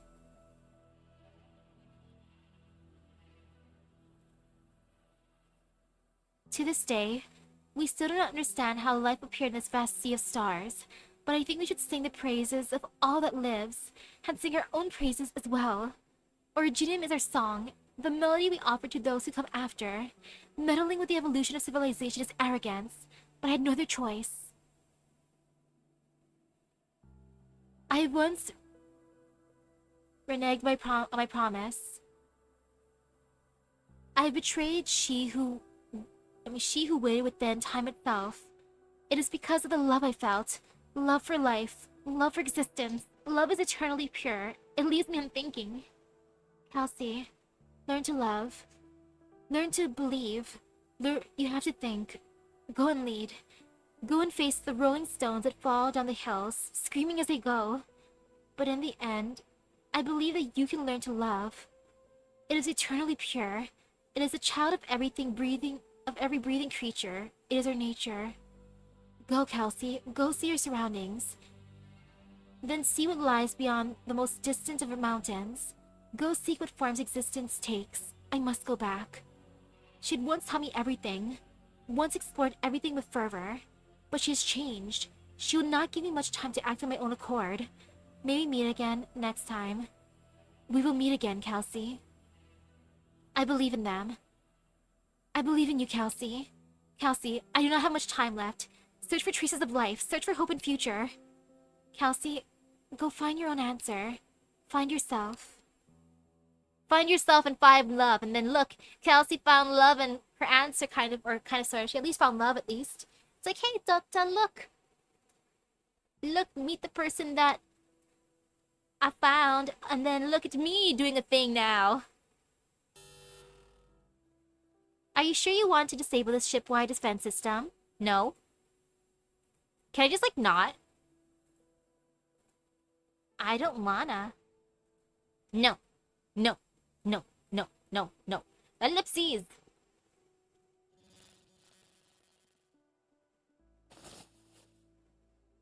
Doctor! Restart boarding ID verification. Selected. Confirmed. Restart ship-wide communications modules. Selected. Confirmed. Loading. Countdown has reached 0.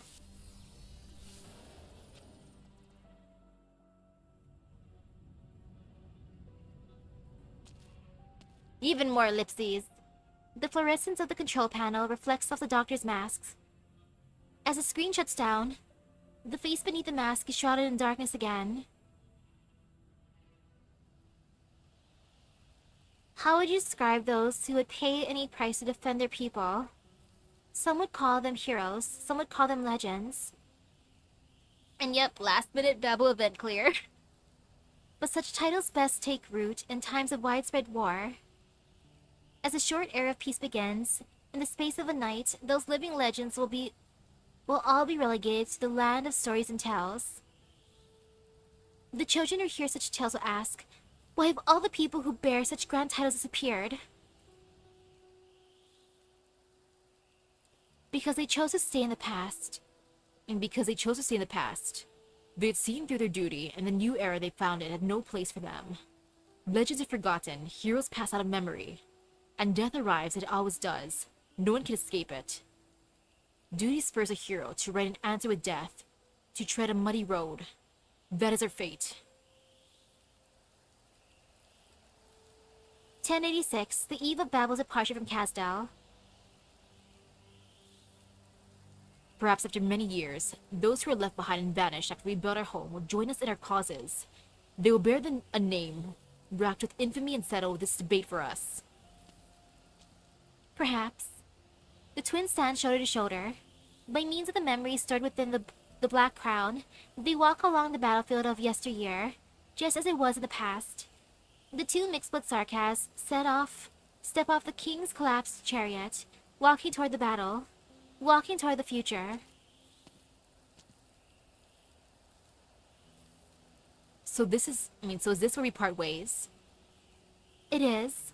Here, where we join hands to change Casdal, we part. Even though you've been their king for so many years, at times. You are as you were back then.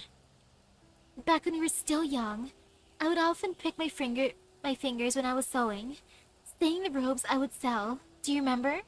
Yes. At the time, you were still a gloomy recruit, not allowed to wield a real sword, always dreaming of becoming a soldier of Casdal one day. I, for my part, still do not understand why we had to hide wherever we went. But then came the day that the royal court took note of my work, and I got to meet Ulysses. During that meeting, I summoned my courage to ask the King of Sarkas, where does our future lie? He had no answer, only bidding me to leave. Only once I saw defeated troops return to their homeland in ruins did I finally understand. The answer I sought could not be found in other lands, but here, in Casdal. Casdal will only return to glory when one of us is gone. But the one who is destined to lose is you. Must you persist with this, Teresa? There are many by my side who support me. Most Sarkas who have suffered oppression and humiliation chose rebellion and violence. No matter if those who remain wish it or not, they will eventually be swept along by the tides that drawn into wars. But our generation must do something. I do not wish for this hatred in my hands to pass on to the next, where it will continue to fester and grow anew. Even if I cannot change the future, I hope that will ignite. The spark must be carried forward. I too must change, I too must take charge of those who follow me. The cries answering the war do not come solely from Kazdao. There is no place for us anywhere in these lands. All I can do is give them a push. And so I will stay here. I choose to stay in the past, whereas a new generation of Sarkas will one day look back. Just like you. We knew the risks. We still have to see this through. Well, the final countdown's done basically now, and then what's next? The dust has settled. Okay, not as painful as protecting. Or yeah, when it comes to protecting the map anyways. Oh! Oh! Okay. Alrighty. Outside Rhodes Island of Babel, Kazdao. Babel's defenseless, as the regent said. Keep quiet, stay alert. Stick to the original route and find the king. A route, and B route stand by. Their main force is not on the ship. They will need time to call for support. Babel's guards still haven't noticed us. His Highness was right. There is someone high up in the enemy's chain of command helping us. All units, enter the ship. We settle this quickly. Avoid anything unexpected.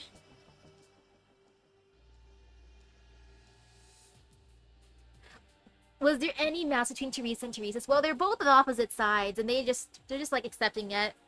So yes and no, because they're just so accepting of it. They're like, you go your way, I go my way. We're gonna have to kill each other in the end, but whatever. That's just how it be. 10 minutes ago, Amiya was roused by a strange sound. Babel is continually being maintained and renovated. It has already seen massive changes compared to when she first arrived at her new home. Maybe Closure is busy fixing things again?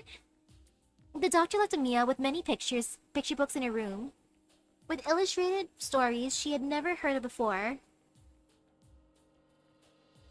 Her favorite is one that tells of someone who falls from the sky riding a fantastical vehicle, and the many adventures that come of it. But she is not fond of the ending. The hero repairs the vehicle and has to return to the sky, saying goodbye to the children on the ground. I really don't like all that noise. This doctor still isn't here. Teresa. I need to go find Teresa.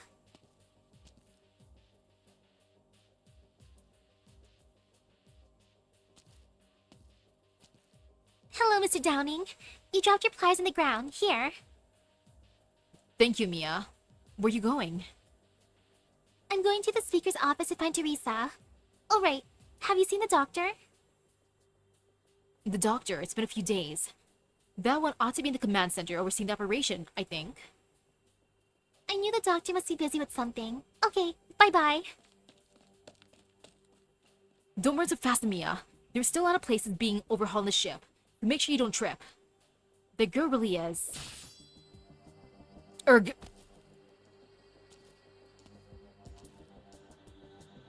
This one's handled. Proceed. Our men on the inside are ready on standby at every ambush spot. We can begin a coordinated assault at any time.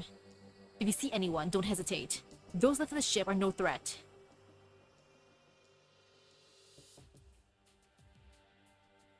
I brought my book, Teresa. Huh? Why is the door shut? Teresa, it's me. Are you in there? Uh-oh. Closure once taught me another way to open the door. It's open. Teresa! What are you doing here, Mia? I heard some loud noises that sounded really close. I got a little scared. We can go home soon. You look tired. Would you like to stay with me while I work? Is this a storybook? I see. Well, as long as it's for you, I think I can take a short break. The doctor and Dr. Kelsey won't mind. Thank you, Teresa. Alright, come sit over here. Once we finish the story, I'll take you to my homeland to play. So where did we leave off last time?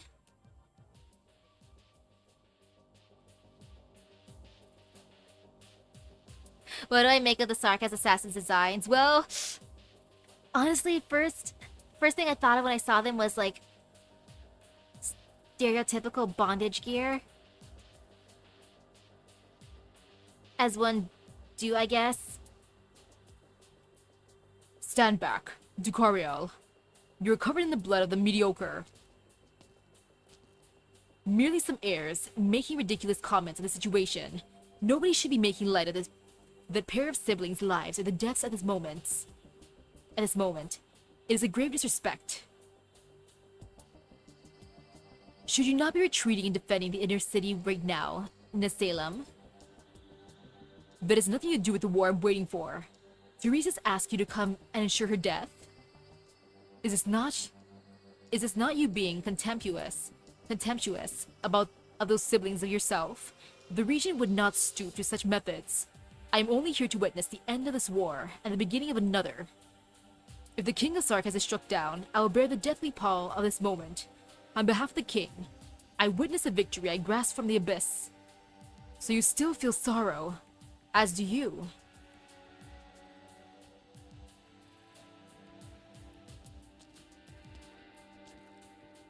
The wreath of reeds slowly sinks into the riverbed. The gloomy mists have not dispersed for days. Iphanel, are you still by her side? For whom does this elegy ring out?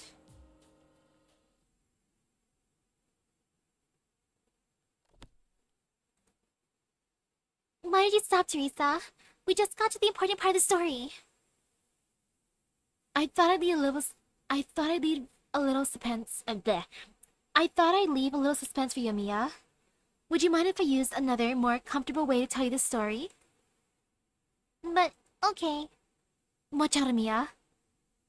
A bubble, huh? This is...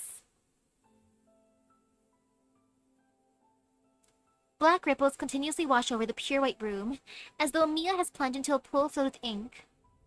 Protect the baby! The black bubbles cut off all sound, as they obscure Mia's sight. Beyond the bubbles, Teresa's figure becomes more and more indistinct, retreating further into the distance. Teresa? Stay inside for now, Mia. Sleep well. You'll be safe by my side.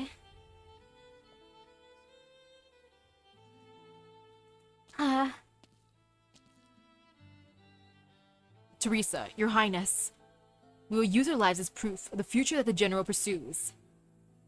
No, I was sighing about something else. Honestly. There's no need to cover your face in front of me. I still remember you from back when you accepted Ulysses' orders before his chariot.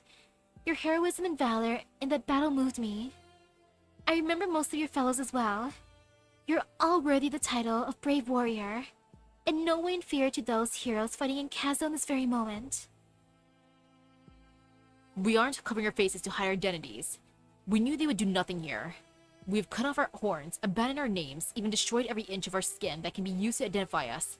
Also that after we use such wretched methods of killing the King of Sarkas, we will not be remembered by the Sarkas.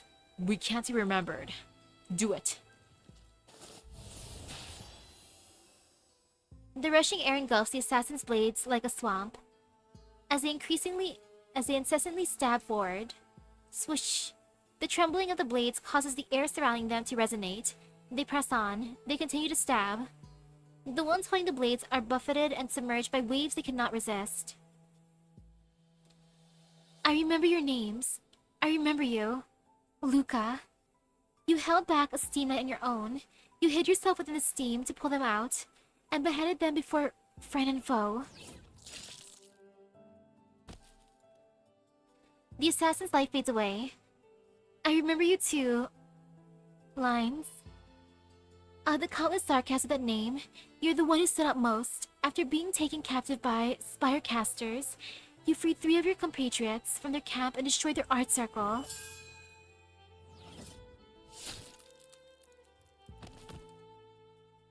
Another death, and yet it cannot stop them from approaching Teresa. And then you, Levin. You took an arrow for Teresa's, losing an arm in the process, but survived hell itself until you managed to retreat. I do not wish for you all to die nameless and unknown. At the very least, I will remember.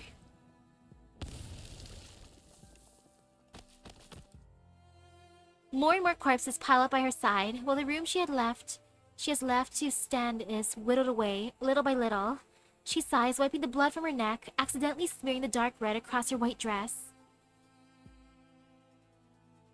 We want to do something for the Sarkas if we die, and so now we stand before you. We have come to kill you, the king we once swore an oath of loyalty to. We know your strength better than anyone, so allow us darn traitors to escort you to hell.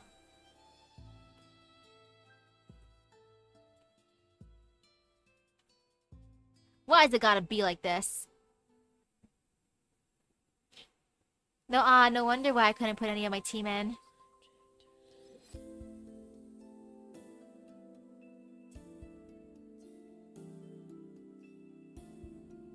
Teresa, what happened? It's okay, Amiya. I'm here. I'll take care of things. Warning, PRTS access detected. Searching internal array. Administrator permissions found. Are you sure you want to disable all defense systems? Confirmed. Optimal route calculated. Data uploaded. Safety window countdown has begun. PRTS standing by.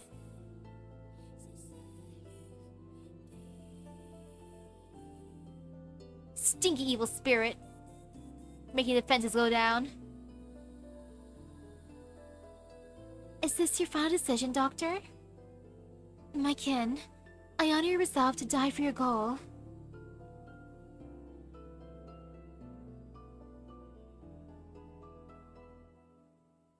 Unidentified targets detected. Activating alarm. Alarm cancelled by administrator. Optimal route loaded to command system. Tactical configuration complete. Safety window countdown has begun. Immediate action required. Well, I really hope that, you know,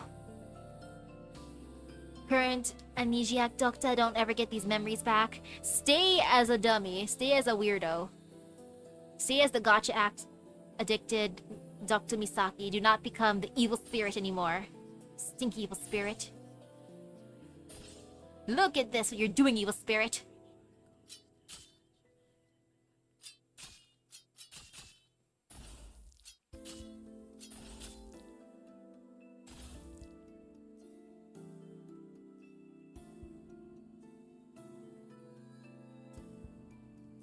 Look, she still has half-life. That's good. There's only 3 out of 13 though. Ah.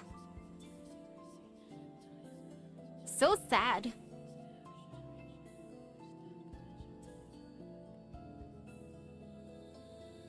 Is this you, Teresa? I'm wrapped in some invisible bubble. I can't see or hear anything. Amiya, I never thought it would end like this. Hey, Doctor, I wonder how you'd feel knowing that Amiya's in the room too, huh, punk?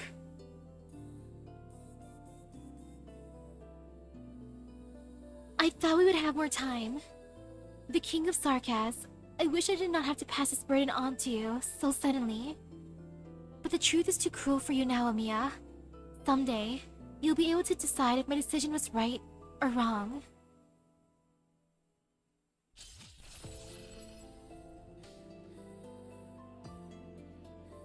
You know what's nice learning about the others except for Dr. Misaki? Dr. Misaki is a poopy head. But learning about the others is nice. As punishment, Dr. Misaki should be forced to ride more burden beasts. Puking up more rainbows. Forced to carry medkits. Uh-oh.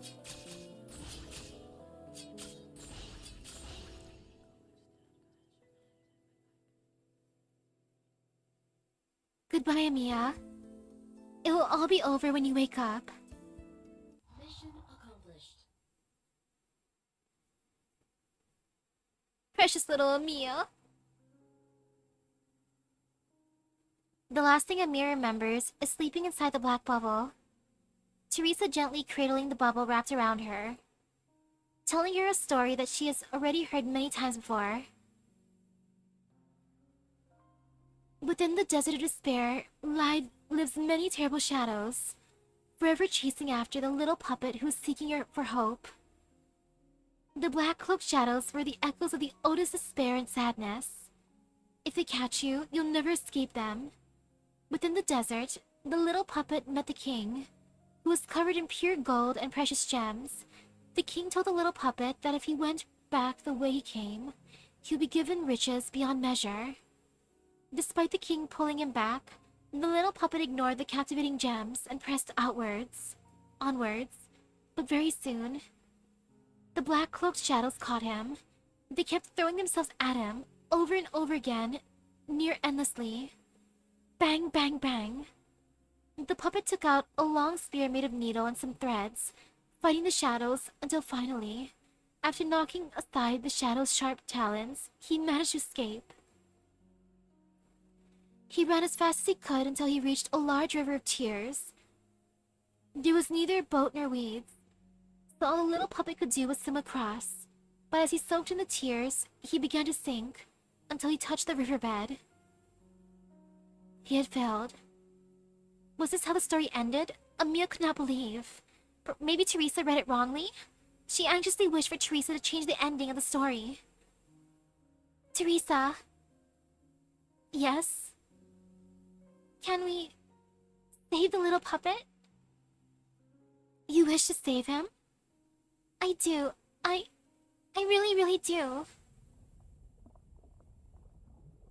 All sound fades away. The bubble obstructing Amiya's sight dissipates. Teresa's figure becomes clearer and clearer. Amiya, don't look! Out of the corner of her eye, she sees dark red seep out from the black-clothed shadows lying on the ground. Who are these people? When did they arrive here? Why are they lying on the ground? Amiya had so many questions she wanted to ask Teresa. She did her best to open her eyes wide. She sees a white dress stained crimson. She sees Teresa's bloodshot eyes. Was Teresa okay? Amiya wants to ask Teresa about her injuries, but she could not make a sound. It's okay, Amiya. I'm here. I beat those bad people from the stories. What happened to Teresa?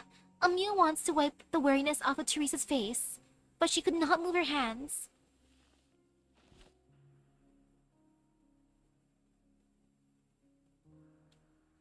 I'm sorry.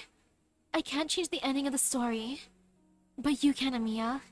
You will walk along a difficult path, just like the little puppet who tried to cross the river of tears.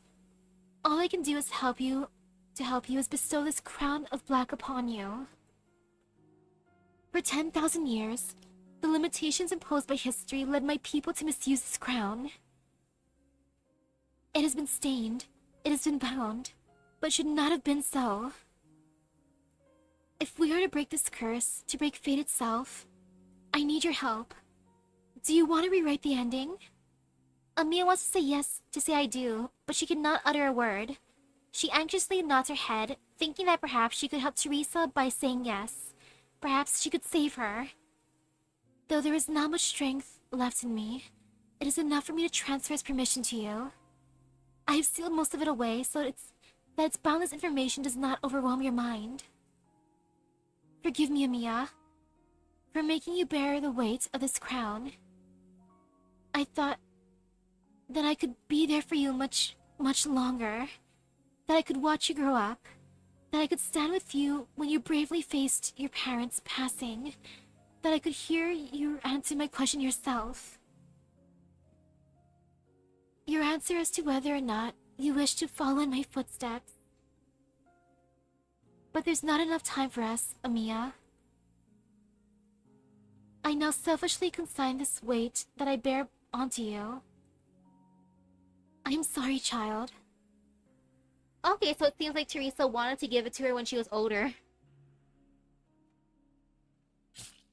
Sorry, Amiya. Sorry, Teresa. Amiya tries to scream, but she cannot open her mouth, cannot move her limbs. A black blade seems to penetrate her chest. She ought to feel pain, but this blade leaves behind only warmth. A warmth brimming with hope. Is that how you pass on a crown? Amiya, it is hope and also pain. Well, yeah, I can see the pain clearly. You will be confused. You will hesitate. But please, trust Dr. Kelsey. Trust that she will always stand by your side. She will help you dredge back up the secrets of survival. You can bear it, can't you, Amiya? You've always been a strong girl.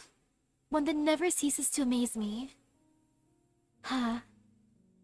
I'm so very tired. Thank you, Amiya, for the joy that you've given me ever since the day we met. Now rest for a while. Sleep. Sleep in peaceful slumber. I will always be with you.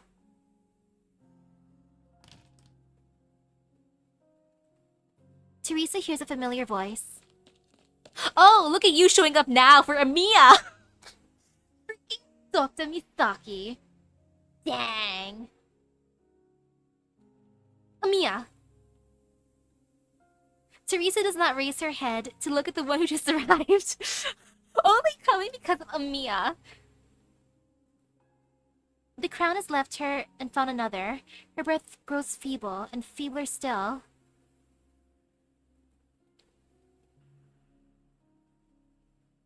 Doctor, there was no need for you to come. I felt your emotions. I saw your past. You could have waited elsewhere, waited for my death to come. You knew that this time I would not escape nor retreat.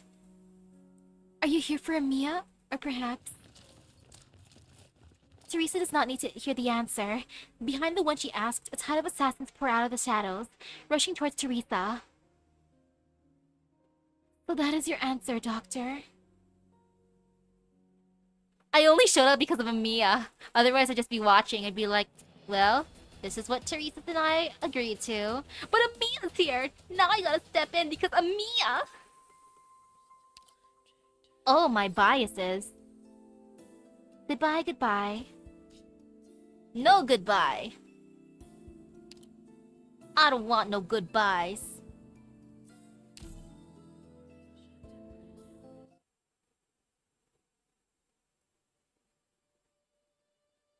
Teresa is glad to see Amiya asleep. Amiya did not see the doctor's betrayal, nor Teresa's final bout of sorrow. Ah, imagine if Amiya saw that too. The black crown finally lands neatly in Amiya's hands as Teresa takes down the final assassin in the room. It's alright, Amiya. Everything's fine. It's over. Teresa does not look at the one frozen in place before her. She gently pats the back of the child in her arms and leaves a kiss on her puerile cheek. Teresa, I can't throw away this opportunity I spent millions of lives and myriads of years to reach. I can't let you ruin the plan for Originium. I can't let you turn this great land into a beautiful but fleeting dream. And that's why you put Amiya in harm's way. Seeing as the King of Sarkas has already seen my memories, I believe there's no need for any further explanation. Do you hate me? You hurt Amiya. You're about to hurt Kelsey and the fighters who trust you so deeply. Is this how you treat those lives? I'll do what I can to ensure their safety in the ensuing conflict. That is what Teresa swore to me as well. We only need you to die. Doctor, did you present yourself before me out of guilt? Guilt is too light of a word compared to everything I've done. We made too many choices in a time that even Kelsey isn't familiar with. When Amiya grows up, if she remembers me, if she asks about me, will you tell her the truth of how I left her? No. I'll help them search for another way to live. You'll help them search for a final moment of peace before Originium destroys Terra? I'm sorry. That's the one thing that's set in stone. You know it's futile, and yet you still wish to cure Mia's sickness.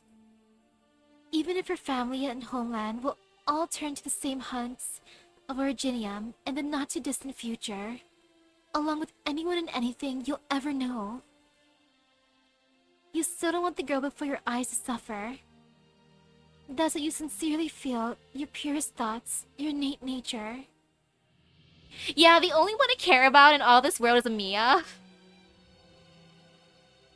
And actually, I'm glad, Doctor. I'm glad you're real and true. The one who Kelsey willingly trusts. And in turn trusts us. You, the creator of Originium. Misaki. You are the poison that ruins everything. But also the antidote to it all. What? Teresa strains to stand up, stretching her arms towards the doctor, instilling in the latter an instinctive urge to retreat. The doctor tries to move but fails. Sorrow far surpasses the collapsing rationality at this moment. Teresa touches the face beneath the mask. You're crying, Doctor? Well, that's the kind of person you are. You know your own fragility. You know how much of a threat I pose to you, even at a time like this. And yet, you still came here. So I still am willing to believe in you. To trust in who you really are. To trust in our Misaki who brings the rain, dew, and sun.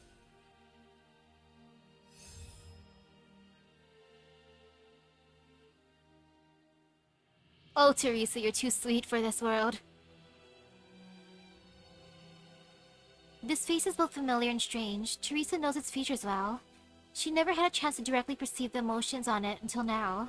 She smiles and stretches out her finger, snipping the scene before her into two, as if it were made of cloth. Then she slowly pulls out a loose thread from the rift, and the remnants unravel as the doctor's memories dissipate. Teresa goes in deeper without looking back until every memory is taken apart into a mess of disconnected white threads. Thank you, Teresa! Thank you! This is the best parting gift. Look at Teresa. Resetting the Docta from the evil spirit Cold Commander to that weirdo who swallows boiling noodles. Like the very night a long time ago, when she was still young, teaching herself to sew with Teresa's by her side, the memories disintegrate until a mere fragment of the soul remains. A silhouette stands at the end of that memory. Teresa thinks the figure both familiar and strange. It's the doctor. It's not the doctor. What are you doing to me, Teresa?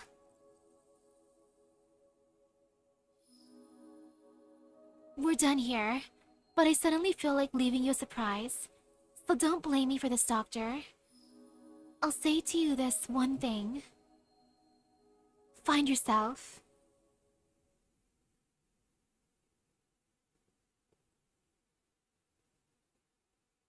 Thank you, Teresa.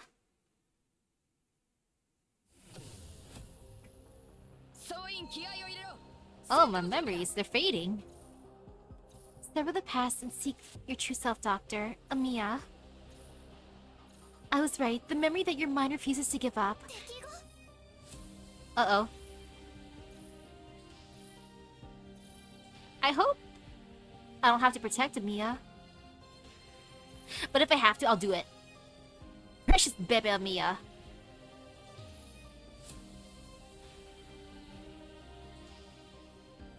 Oh man, oh man, oh man, oh man.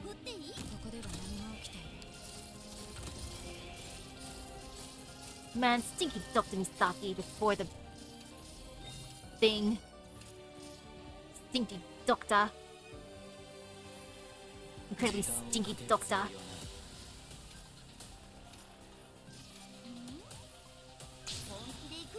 Oh, Mia's the boss. No! I don't want to fight Mia. I don't want to fight my bestie. Uh-oh. Uh-oh. Uh-oh. Uh-oh. Uh-oh. Or maybe no uh-ohs. You know, this could be fine. Everything's fine. Totally fine.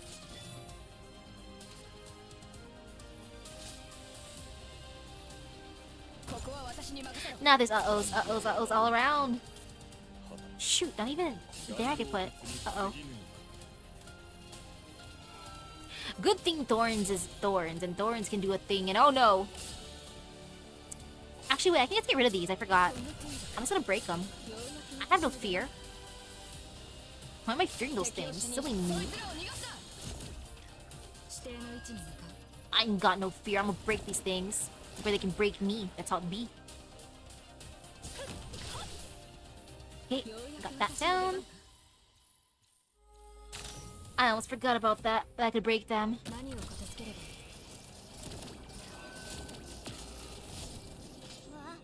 Oh shoot. Oh well, this is my bad. Darn! My healer's range! Not good enough. Man. What are you doing, sir? No rock and roll right now. You just like not? Thanks.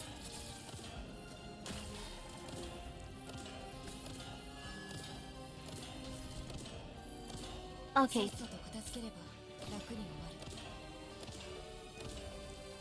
But yeah, protect the memory of Amiya. Precious baby Amiya. Of everything in the world, Amiya's the only one that the doctor pretty much cared about anyways.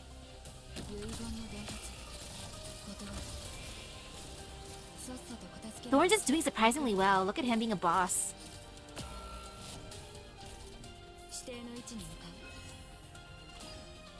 My boy is doing a thing. He be living.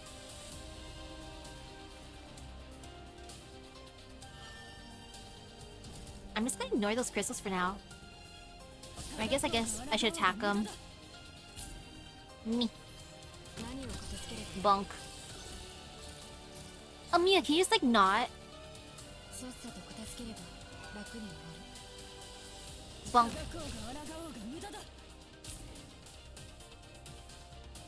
Man, the fact that I have to destroy them. Boo!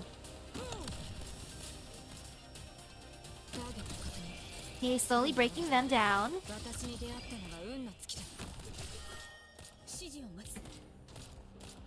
And that should get rid of it. Oh! Oh, they got tougher. Ouchies. Oh no. Oh no, oh no. Actually, I want to do that real quick. Get out of here, sirs. Can you just like not? Okay. Slowly breaking them down. Very, very slowly but surely.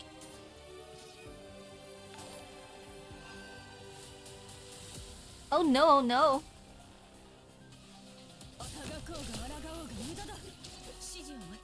Uh-oh. Uh-oh, uh-oh.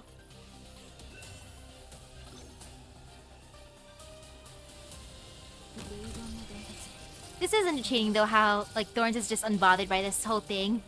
Mud Rock's hanging in there as one doing your Mud Rock. But Thorns, he's just being a boss right now, in his own right. He's just like, eh, it is what it is.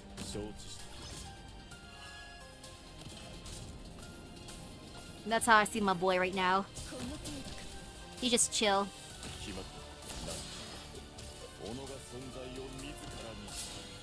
Okay, everyone's circling slowly. Slowly but surely. Go get him. You know what, this dude's run, it's kind of cute. It's fun seeing them do the zoomies.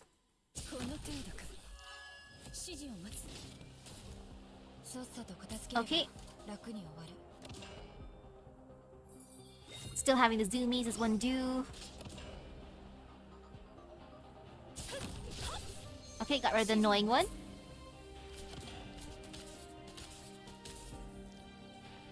Okay, dudes, can you just like stop? And then there's the last one. Bonk 'em. Well, I guess when he gets out, bonk him over here. Bonk. He lived! 私の出番か。 Never mind. Accomplished.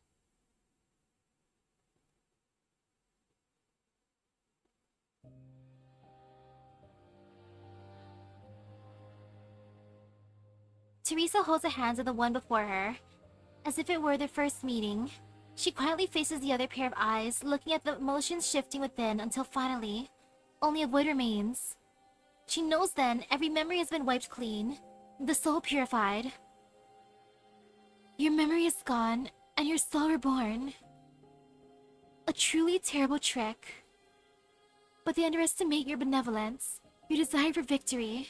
They underestimate us, and what makes Terra so tenacious. Doctor, allow me to call you by this name for the last time. This is my little revenge on you. And also, my final gift to you. Memory does not shape who you are. So, with the original self, live again on this land. See the world, feel the various emotions life brings. Meet the many people of Terra.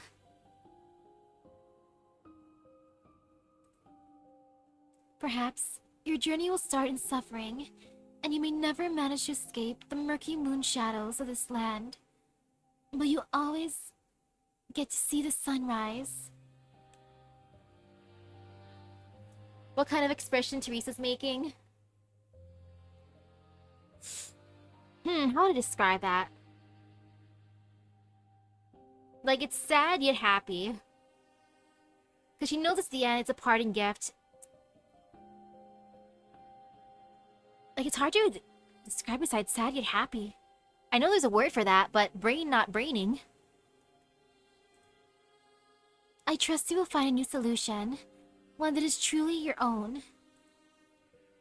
An answer that sounds just like the murmur Kelsey and I once heard. A most moving answer.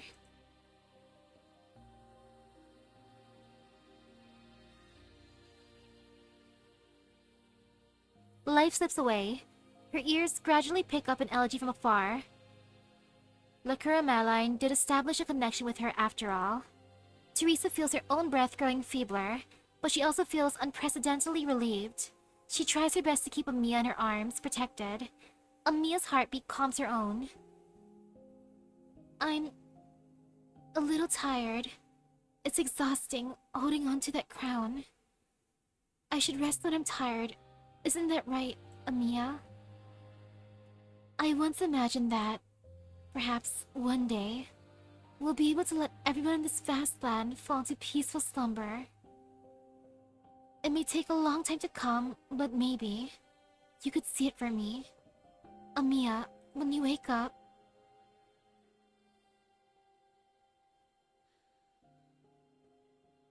you'll have to keep going. I'm so tired. No, she's not here yet. She clings to her final strand of remaining strength. She's waiting for someone she must see. Fortunately, the sound of her footsteps already draws near. Kelsey, you're late! And then finally, even though she no longer has the strength to keep her eyes open, she knows she is here. Kelsey. Kelsey.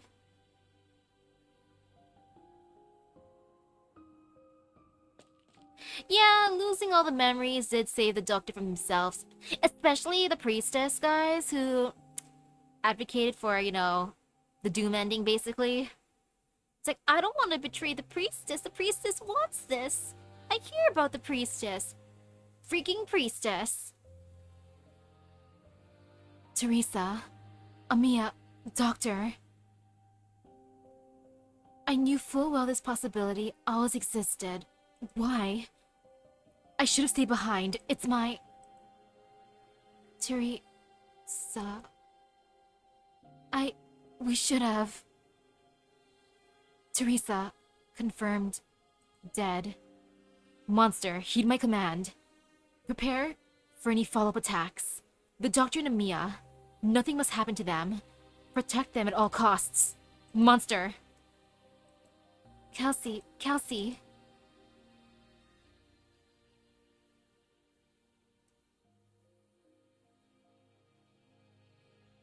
Amiya opens her eyes, pink rhombuses faintly visible in her pupils.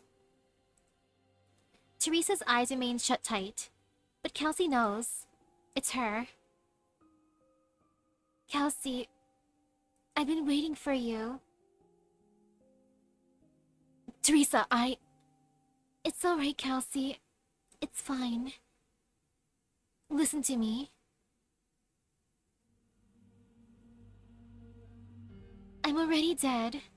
What you see now is my consciousness put into the crown. I'm borrowing the body of this girl to bid you farewell. Kelsey, tell me, did you raise Babel's banner high up in the sky to cover Casdell? I sent it back to Casdell and watched it ascend myself. Thank you. I came back too late. I knew there might be a possibility. Don't blame yourself for this, Kelsey. You had your own mission to fulfill. And I managed to hold this long for you. And that's enough. Are we running out of time to say our goodbyes? I'm sorry, Kelsey. I understand.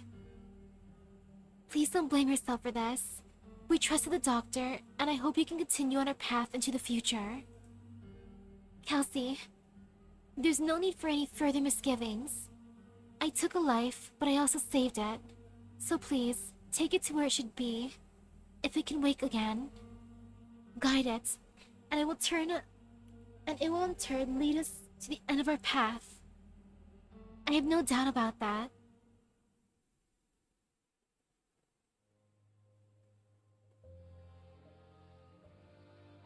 I understand. However, we can no longer take the risk of venturing into the depths of Rhodes Island. I won't trust someone I know to send the doctor to Ursus. Chernobog will be safe. It is too dangerous to allow the doctor to stay in Rhodes Island. That's good, Kelsey. I'll leave the rest to Amiya then. She will walk a difficult road. I will be with her, and Babel as well. She is so young, but so strong. Kelsey, giving the crown to Babel, to her, I did not do this on a selfish whim.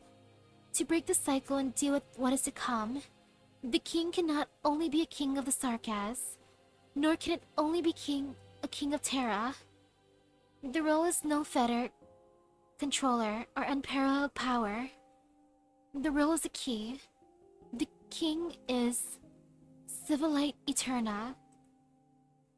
But Kelsey, keep this a secret from Amiya. She doesn't need to bear all that now. She'll understand once she embarks on that path. She needs to understand. Only by overcoming every obstacle we can find the doors that lead to this world. And you? I'll be gone in the pursuit of my ideal. As for her, she'll become the flame that burns all corruption to ashes.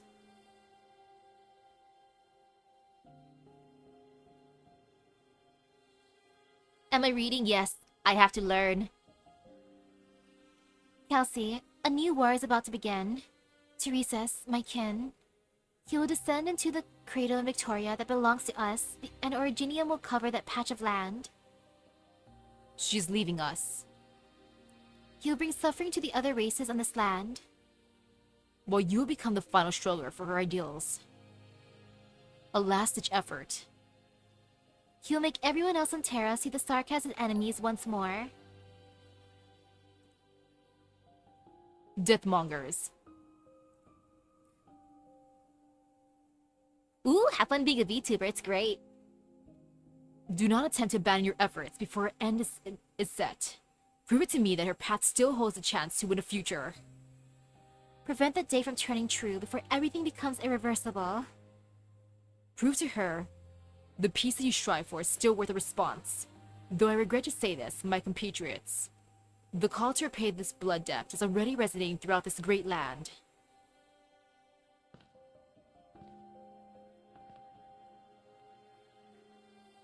Casdell's hatred should not continue to spread. Her death has been determined. You've lost the Sarkat's king. I've lost my only kin. And I will not let these sacrifices be in vain.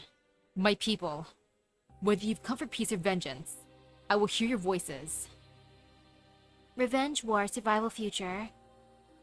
You will see where the sarcasm's true path lies. The blood with which you stain the steps of Victoria will eventually return to where it belongs. We must make this place a new beginning for us. I can still hear the sarcasm voices even now, Kelsey. The closer I get to the myriad souls, the clearer their voices become. What I can glean from their shouts and cries is... Suffering will descend once more. Altera will surrender, starting from this very spot. The sarcasm will rise again. will ruin the land. We have to stop him, Kelsey. But that's not something Babel can do as it is now. You'll find a way. Besides, you'll never be alone. With the Babel we built together, our companions will help you. Your Highness! Teresa, Your Highness! Your Highness! They wield a fierce determination.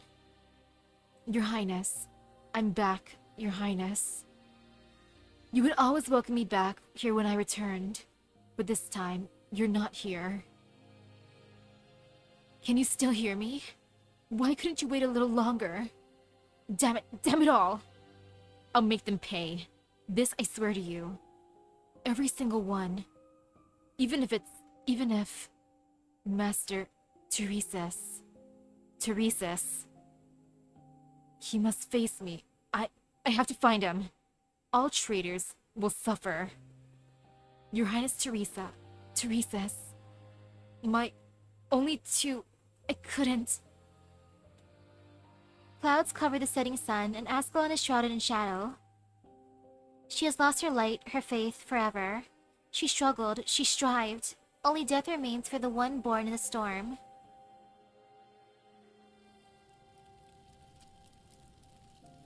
They're the most remarkable of all.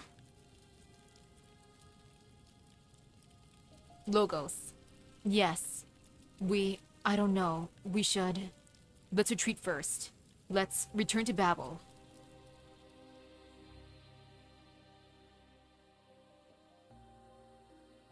They will never doubt our ideals, even for a second. It's over. Why? Why I feel? I too am baffled, King of the Notserers. I thought I was long accustomed to the King of Sarkas's demise.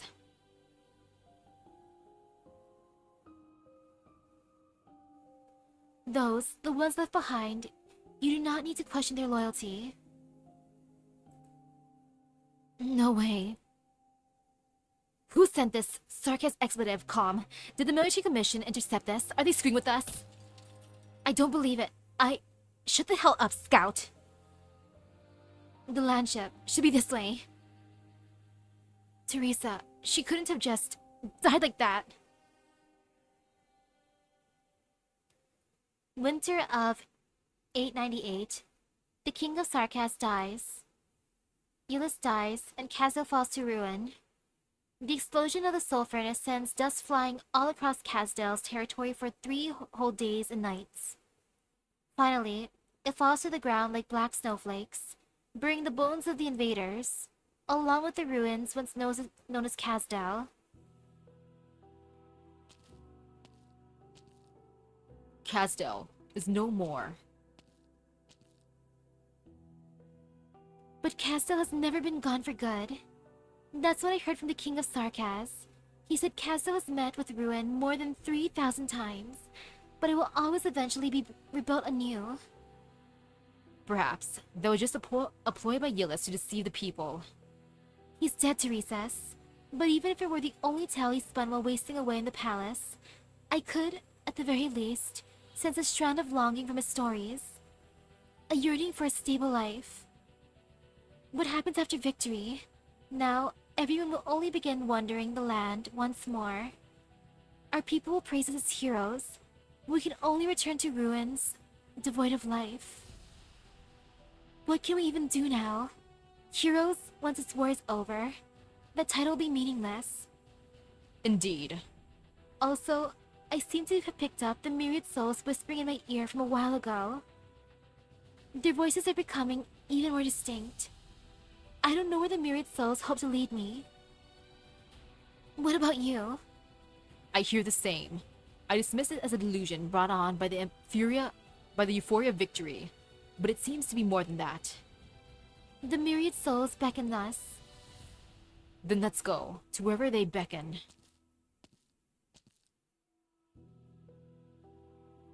Euless, King of Sarkas, rests here for eternity. Underneath the massive mountain of corpses. In the far future, not a single soul will know there was once a king who died here. He was so mediocre, so ordinary. The Sarkas do not remember the defeated. In this war that changed their fate, the people only remember the names of 6 incomparably dazzling heroes. Here we are. I remember this place. It was here we gathered to swear oaths and join the battle after Euless' chariot was destroyed. This is where we started. A clothes maker and a guard. Did you hear that, Teresa's? The myriad soul speaks from under our feet. Ah, there it is. Yes, to think it was this small.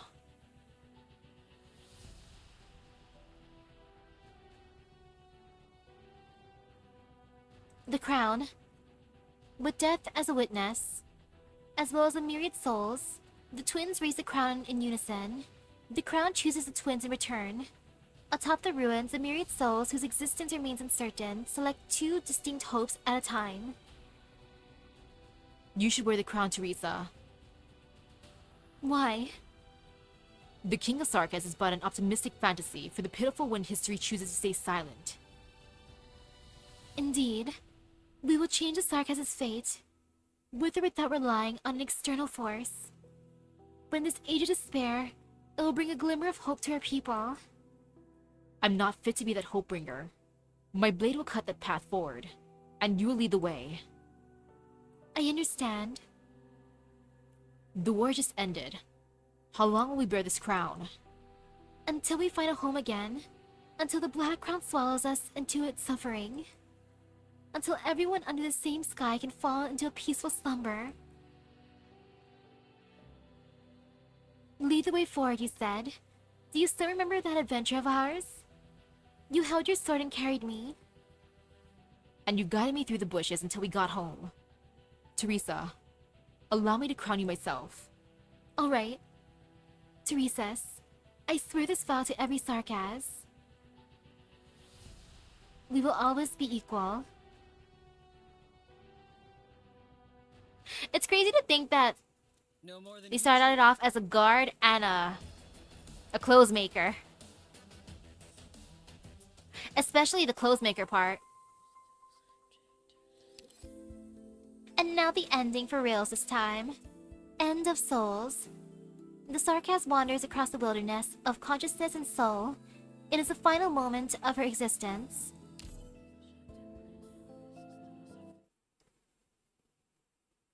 Let's see her off. Erasing memories. This is something Teresa actually lacks experience in. Oh, hello, hello. Not to mention, she now faces a rare kind of mind. She knows not what she will see, and has no clue if it will be dangerous, but there is no room to retreat.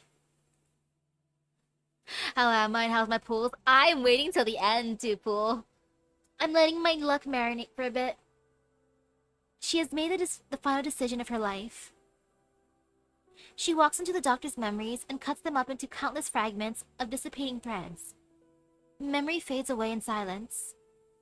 She walks through the world she has never seen and could never understand. How did such a glorious civilization meet its end?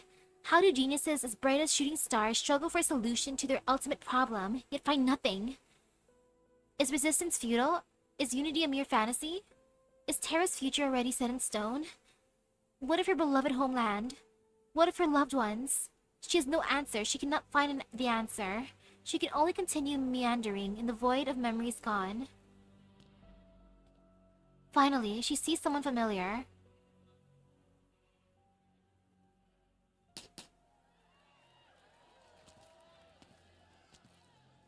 Is all their enthusiasm overwhelming you? What brings you here, Kelsey? Should I not be present at this celebration of your latest victory? It's been a long time since I last... Days like these were rare back then, you know. Or should I say, I've grown so unaccustomed to it now. No matter, you will get used to it again, in time. Babel will be a new beginning. Go. We should enjoy the celebration. Teresa watches Kelsey pat the doctor before gently pushing that very back into the waiting room, the waiting crowd. Too many are forcing their way through the throng, hands stretched out, fighting each other to be the first to shake the doctor's hand, or pat the doctor's shoulder. Some taller and gutsier ones even tried to put their hands right in the doctor's head for a good kneading. Sorry about that. I'm really subordinate of mine, Doctor. I wanted to stop him, but my arm's injured, so I couldn't make it in time. It's fine. How's your arm? Recovery is going pretty well. It's a pity you won't get to enjoy many drinks here tonight. That's alright, Doctor. I'll have a few more pints on this guy's behalf. We might have gotten ourselves stuck in that encirclement had you not sprung that surprise attack at the end. Come on, let's have a few glasses to honor the Doctor. I'm afraid my alcohol tolerance may disappoint you, Ace. Just like my strength, I can't even lift a med pack. You think I can handle alcohol? Excuse me, make way, please. I have to see the protagonist of the day. So many people in here. This is the first time I feel that the command center is too small. Do you want me to widen it later? There's still so many people outside hurrying in here with snacks and drinks. Doctor, everyone's cheering for the victory you brought us, but you seem a little uneasy. I thought I was masking it pretty well. I'm just a little nervous in crowds. Hey, careful.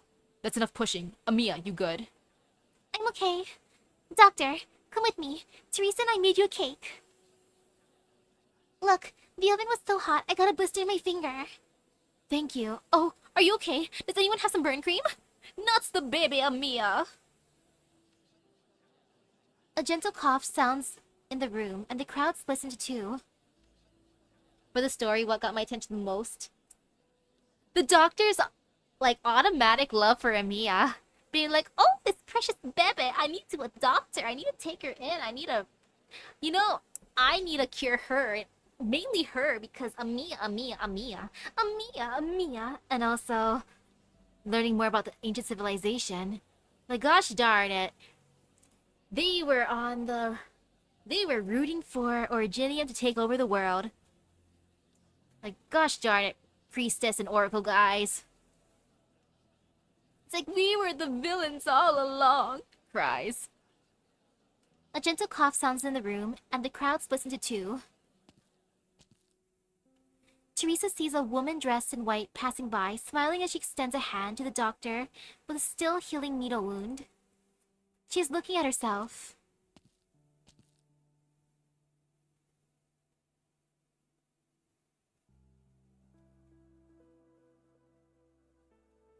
The joy fades away, as do the memories and voices. Teresa erases the memories she is too familiar with and continues forward. She sees a record she's never seen before within PRTS.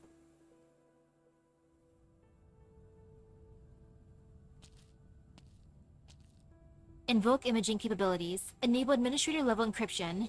Image number 0091_admin. Add subject. This is for you. Activating recorder. Beginning video record. If I didn't hold on to you until you woke up, you'll see this video. I'll remain in here, in the safest of places until everything settles. Once I'm done with everything, I'll vanish into silence, disappearing before all those who hate me.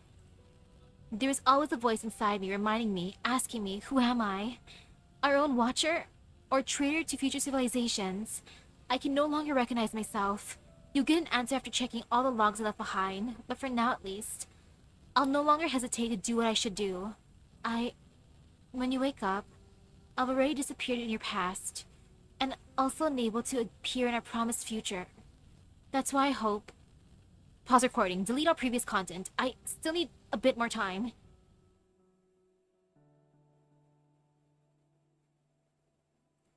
She does not pause or sigh. She just continues what she ought to do in silence, Teresa goes deeper into the buried memories.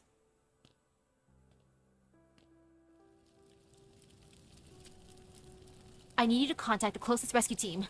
The wreck transport has a RIM bulletin logo on it. This is your squad. I hear someone is still alive in there. Shh. We got your call, but it'll take some time for us to rush over from the nearest mining plate. Based on the information you gave us, there's been a banditry at your location there before, so we'll also notify armed security and send a dispatch at once. Ugh. Armed security? But with the way your bulletin treats infected orphans. Humph.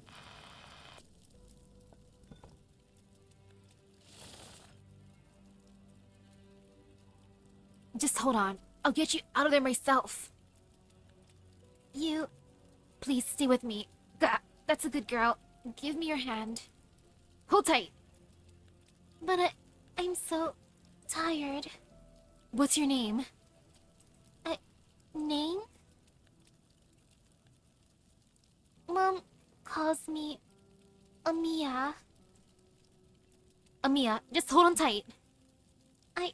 I'm holding. I won't let go. The memory shatters. This is Teresa's destination. The terminus is the doctor's memory. Teresa. This is impossible. Every memory should have been... Teresa. She follows a voice to the void, and it speaks once more from behind the nothingness. Where am I?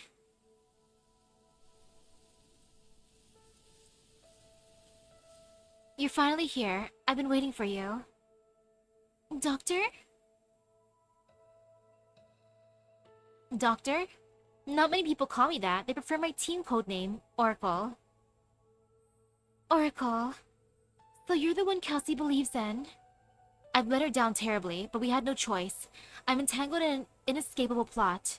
I've been watching you from here as you went around nurturing your hopes, as you suffered betrayal, as if I was looking at my past self. I'm sorry.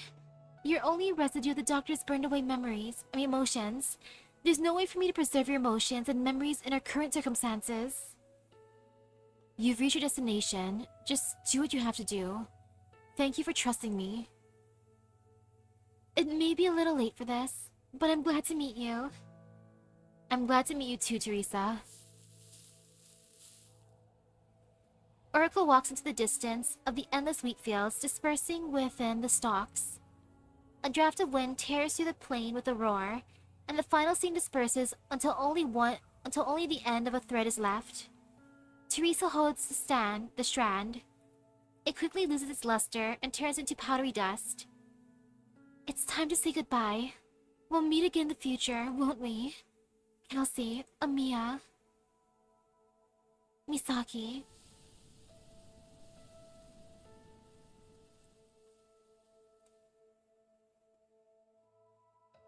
Off into the wheat fields. Teresa lets go of the final strand of the thread in her hand and watches it disperse and fade away like starlight. She takes a step forward towards hope, towards death.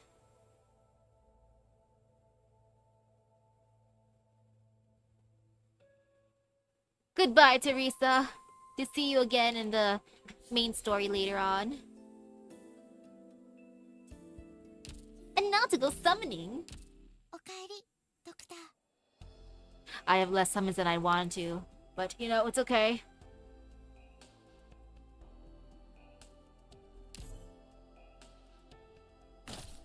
Teresa's a sweetie. The ultimate sweetheart. And she went out like a boss. She literally fought off a bunch of assassins, protected little Amiya, and then erased Dr. Misaki's memory on the span of who knows how long. Just like a tiny mount. Teresa's the ultimate boss. And okay, my first summon is Podenko. Hey, Podenko. And now to use my Dawn and Kindler's headhunting permit. Hiya! Okay. Not bad.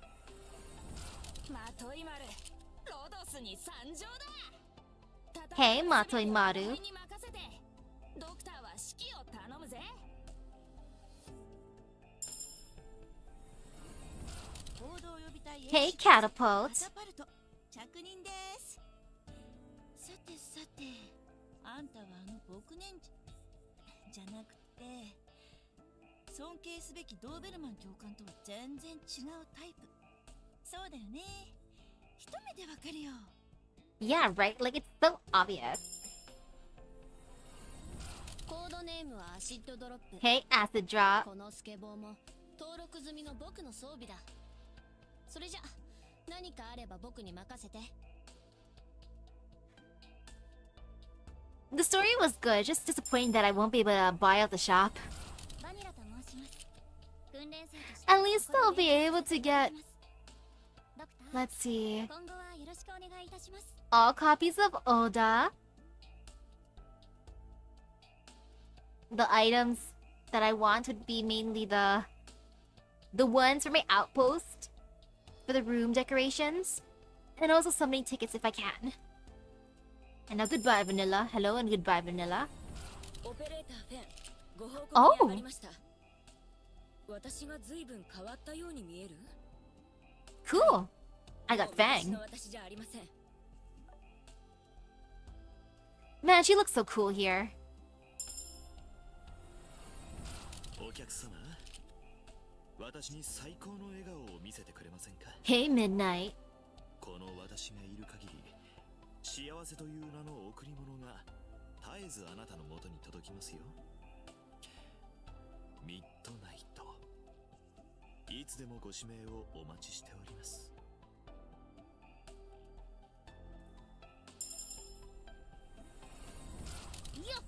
人を見 What's る up, Bee Hunter? ボス。世界で一番強い地下剣闘士とは値のことさ。 Next is ピピコっていうの。 Hey, Deep Color. And oh, hello, hello. そう。ただの絵描きだよ。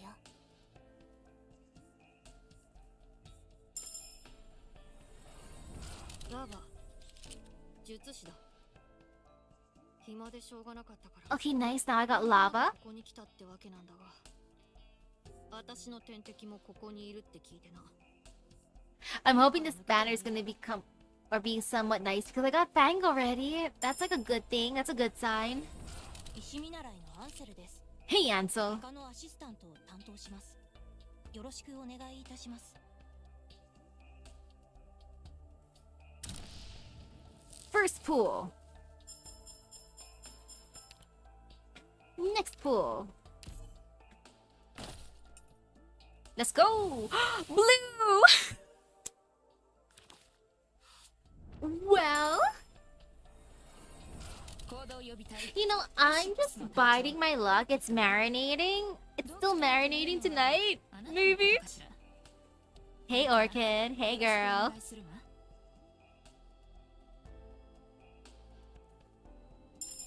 Who's next? 石見習いのアンセル。 Hi, Ansel. Hi again. We saw each other earlier. Nice to see you again, my dude.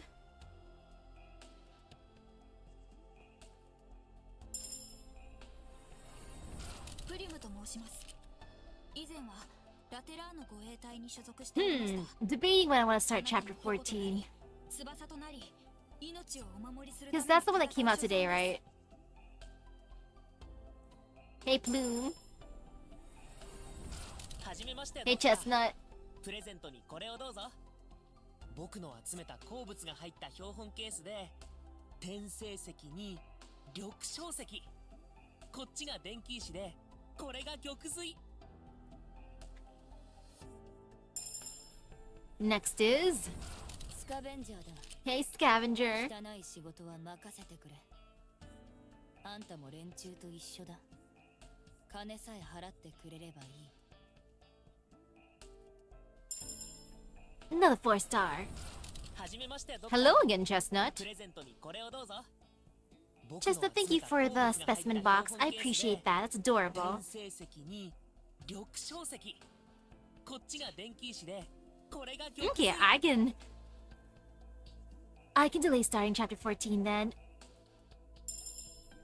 For now. Oh, hey, Jessica. Like, heck, I gotta catch up on Star Rail. I managed to summon Rappa and her light cone. It took pretty much everything I had, but it's fine. I just gotta replenish my supplies a little bit more because I fear the next batch, especially since I am tempted to summon Akron again for a rerun. At the same time, I know I should save for Sunday because I really want him. Ooh, hello. Yeah, I just finished the Battle main story. Now I'm just summoning. And look, I got hummus.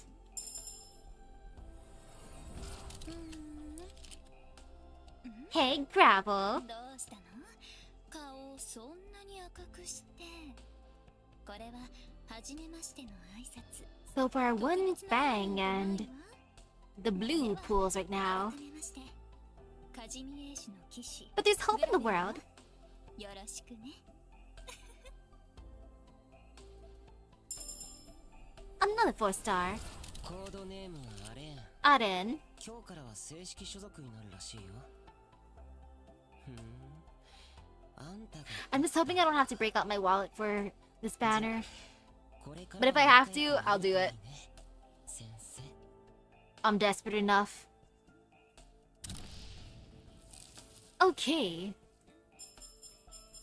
Next pool.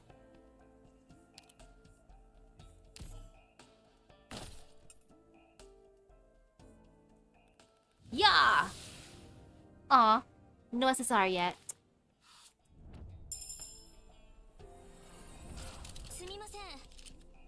For the main story, I'm just waiting for the size of kings.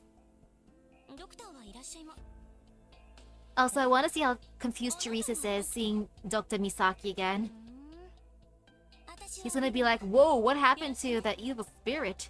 The calm, cool, collected commander. Now that's just a weirdo. A gacha addicted weirdo. And hello, Vinya?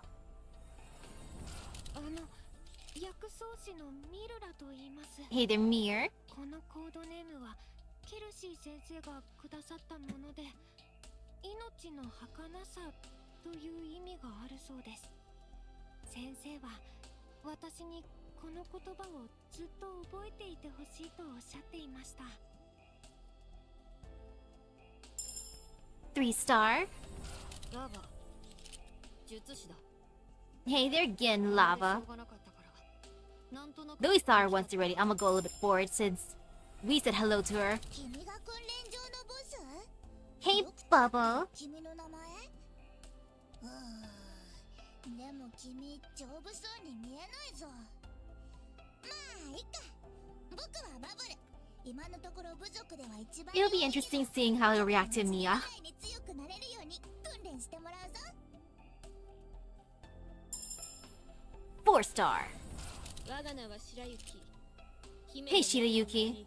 チェン殿の補佐に参上した。御身の指示にも従おう。 3-star. どうも。行動を呼び Hey there, Spot. A6 のスポットだ。俺の仕事はいつも無茶するメンバーたちを守ってやることだと思う。 I believe in you, Spot. 4-star. ドクター、あんたらロドスには随分助けてもらったし、もう Just hummus again. 4-star. こんにちは。僕はグレイと It's 言います。 precious baby Gray. 電気関係のお仕事がちょっと得意です。 Such a cutie. 僕を必要としてくれてありがとうございます。 Thank you, Gray. 5-star. ドクター、こんにちは。 Oh, エンジニアの Winflet. 新入りウィンドフリットです。 I expected to get more Fang. 評価しての採用だなんて本当にありがとうござい Alright, ます。 alright. 5-star. リターニアの女帝 That's fine. グリーンマハトの命に従い Well, I'm happy that I got Fang already, I guess, because 友好的な関係を築いて she's now いただい playing hard to ていますので get. 今後ともどうぞよろしくお願いします。専属のトランスポーターでも学士でも何なりと申し付けください。 Okay. Okay, okay, okay.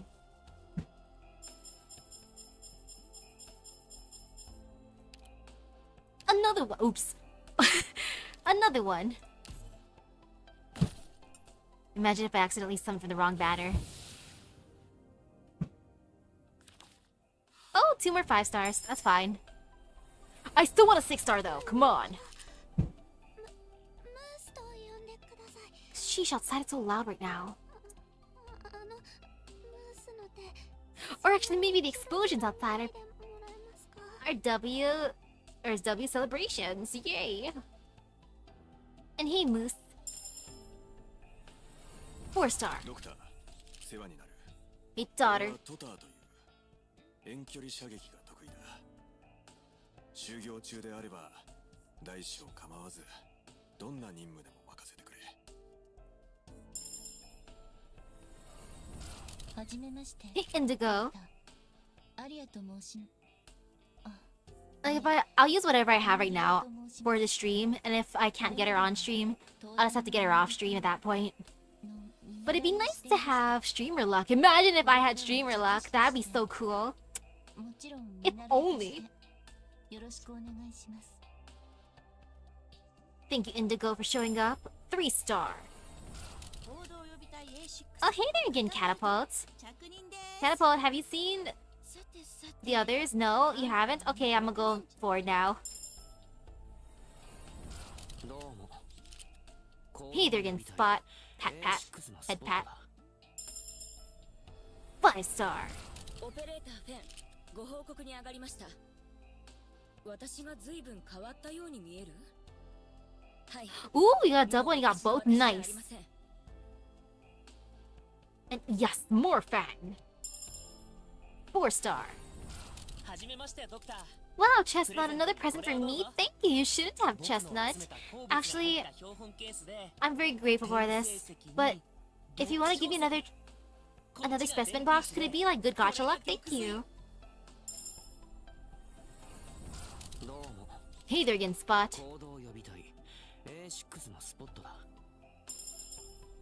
5 star. Ooh, yes, another fang. Maybe I'll max her at this point. はい。もう昔の私じゃありません。 3 star.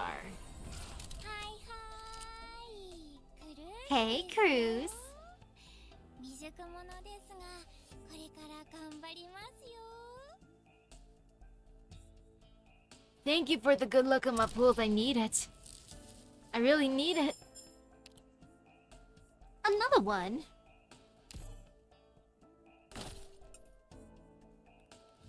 Blue! Oh! Oh, I sniffle at the pain. I love the color blue except for when it comes to gacha. ただの傭兵だ。オリパシーを患ったので、ここで Hey, 働く Cutter. 代わりに治療をお願いし So, この刀はきっと役に立つ場面があるはず。というわけで、よろしくね。 next is 私はアンブリエル。 Umbrio. 出身の狙撃手。でさ、 I'll take some chocolate pretzel sticks. I want to eat some. Nom nom nom. はい、さっき開けたばっかのチョコ。まあ、一本食っときなって。 I do thank Teresa for erasing my memories. ドクター、 111 total for 1 Logos and 1 W alter. Oh my goodness. I'm glad you got them in the end, but oh my 大 goodness. 小構わずどんな任務でも任せてくれ。 Sup, daughter? プリムと申します。 Hey again, 以 Plume. 前はラテラーの護衛隊に所属しておりました。あなたの矛と I'm just hoping she's not gonna be as stubborn as Cinderella was in Nikke. ヘイズだよ。 100, like about 190 pulls, 19 multi-pulls hurt. うるさくない。 In that game, to get my Cinderella, I used up so much of my gems, my savings. Sup, Haze? こんにちは、ドクター。コデンコです。お時間があったら And I know, right? Thank Mia for being caretaker. Sup, Podenko? 4 star. すみません。ドクター Hey の執務室 Vina. はこちらでよろしかったでしょうか。ドクターはいらっしゃいま。え？あなたがドクター？ But yeah, based on Cinderella's stubbornness, I'm kind of afraid of Grave. I have enough. 僕はグレイと言います。 I have like 590 gold certificates at this point. 得意です。 So I could buy from the shop, but I'd rather summon. There's more joy in 僕を必要と summoning. してくれてありがとうございます。 And sup, little Gray. まとい丸 Higan Matoi Maru. 参上だ。戦いはすべて我が輩に任 3 star. プリムと申します。 Hey there again, Plume. 以前はラテラーの護衛隊に所属しておりました。 Come on, gotcha gods. Next pool. Hiya! 1 5 star. Hey, at least we're getting 5 stars again at the very, very end. あなたにヒーラの祝福を。俺はシルバーアッシュ様をお守りする盾。 Hey there, マッタ Matterhorn. ーホルンと申します。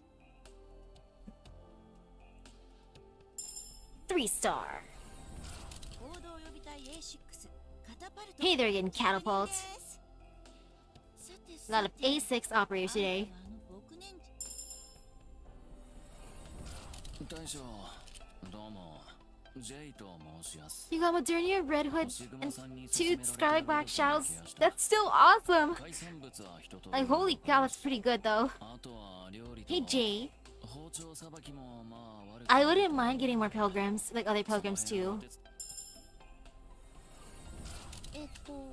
Oh, it's Melantha. メランサです。この刃 Melantha's adorable. あなたのために振るわせてください。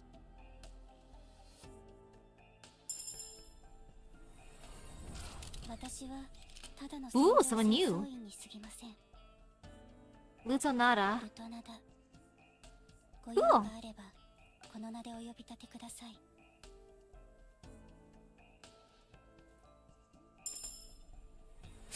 Teresa doesn't work. Mia turned to the priestess. Oh no. まあ採用テストはギリギリでしたけど、見習いとして Well, next pool, if I get both like Wizardel and Logos, then maybe I have to turn to the priestess.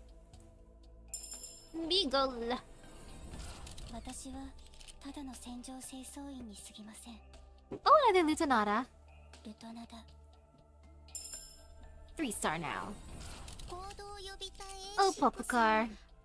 You're still adorable as always. And again, more A6. みんなやっぱり喧嘩が多くてドクターも心配だよね。 3 star.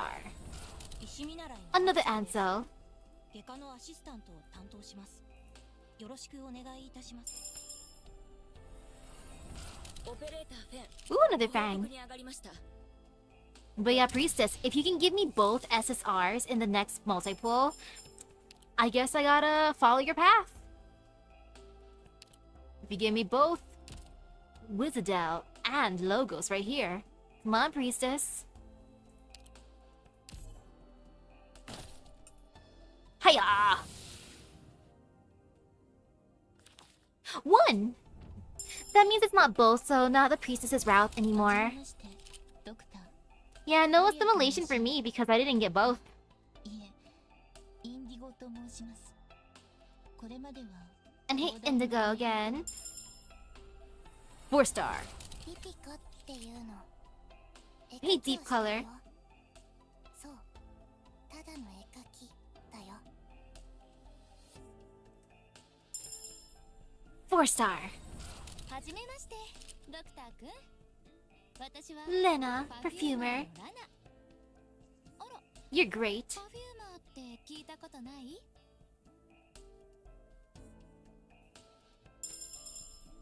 Who will it be?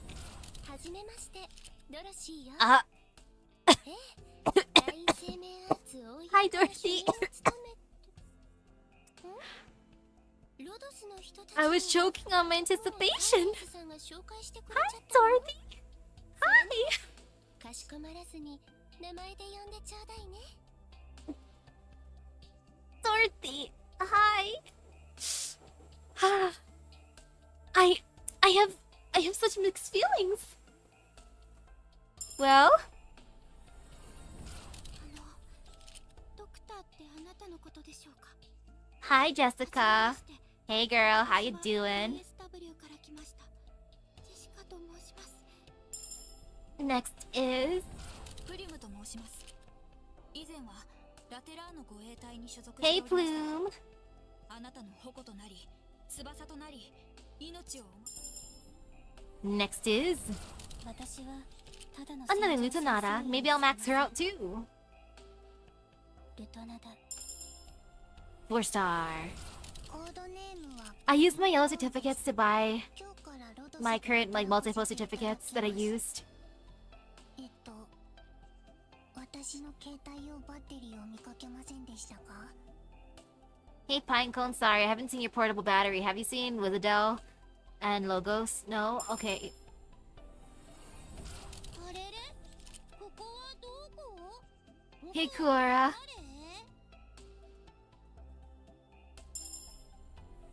Okay. 医師見習いのハイビスカスです。みんなからはハイビスって呼ばれてます。 It'd be tempting to pull the song, but I wonder if I get copyright striked. よろしくお願いします。 Still hibiscus.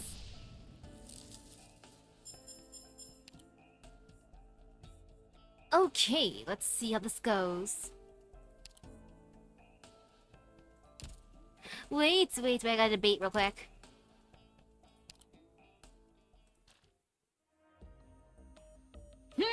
Decisions, because I gotta get more of these if I want to get more outfits. But at the same time, because there's so many good outfits, do I want to use that on the thing? Let me look at the packs real quick. I gotta think about life for a little bit. Decisions.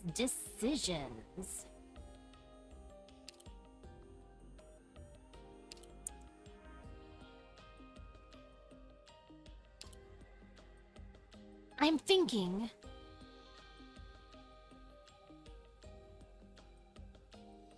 You know, I'm just gonna buy a pack real quick. Let me just get this invisible for a tiny bit. I'll just do it. You know, let's just do it.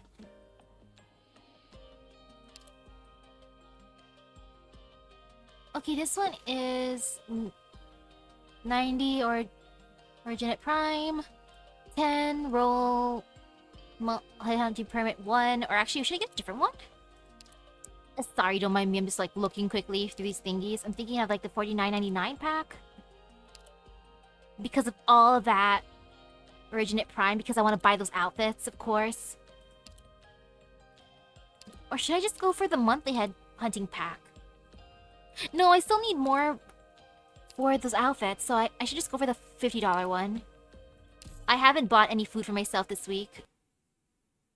Or actually, no, I bought once, but that was like once, so I can afford to buy some other stuff. Yeah. Okay, let me just enter the payment information. Processing. Payment successful.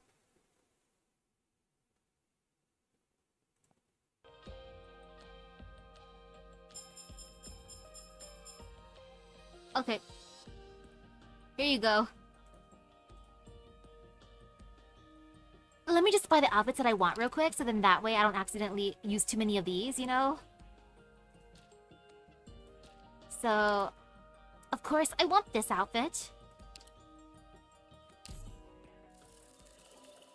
誕生、存在、消滅。私たち一族の血脈に関わるものは、今となっては、もうかけらしか残っていない。 They just swipe. Yeah, I had to buy some stuff because the battery's being kind of stubborn and I got ここの Dorothy. お話を少しずつしてあげる。 Bloodline of Combat Collection, Young Branch. Water melts glacier on its way back to the soil. While wandering leaves visit the woods. Her origins in eternal sleep. Her answers long departed. But where are they now? Very, so incredibly tempting. She looks so cool. But if I have to choose only a few for now.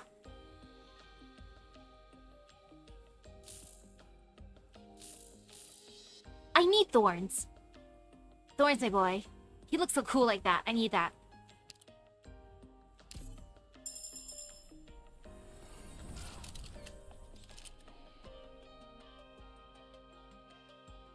Thorns, look at him.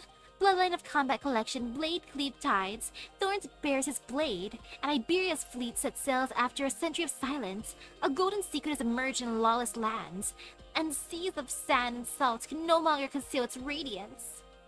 Beautiful. This skin is just so pretty. I kind of... Let me just stare real quick. How much do I have left?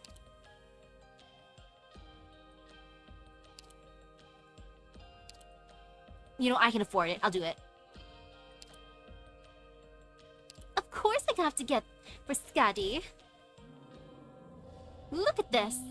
Look at how cool she is.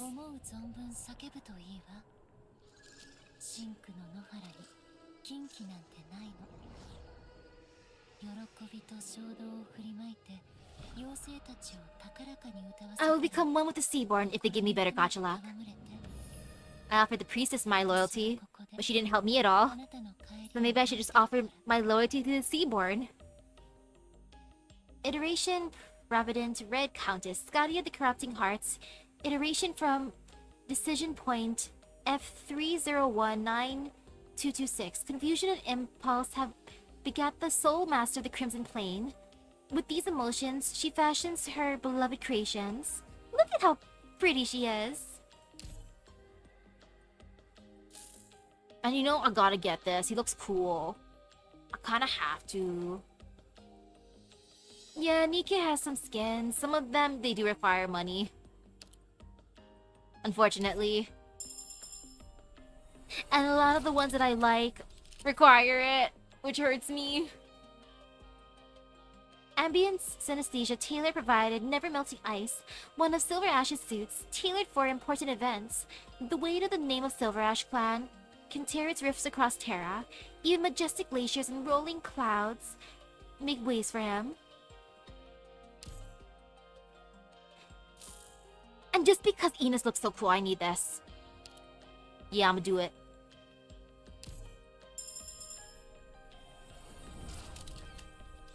Bloodline of Combat Collection under the Flaming Dome. As artillery splits the heavens, all is as it ever was. Enos arrives in the city, ready to rewrite Casdel's once inevitable ending of destruction. Like, look at how majestic she looks. Like, gosh darn it. And now I'm good for skins for now.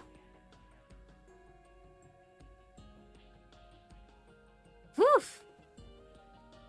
It is nice that there's no, like, gacha battles or skins in this game. If they ever added that, I would cry a bit. Like, heck.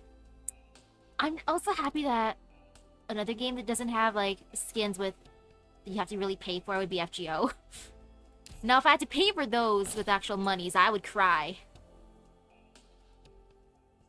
And now, for the Seaborn! Blue for the Seaborn! Because blue, blue, blue, of course.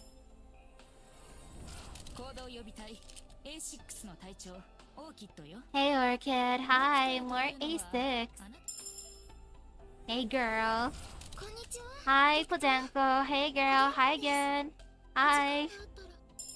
Sorry to rush through you guys, but I kind of want to see if I can get another 6-star. Hey Midnight, hi, how you doing? Thanks bro.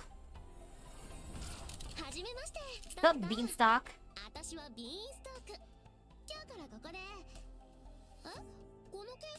And hi P. P, can you give me some good luck?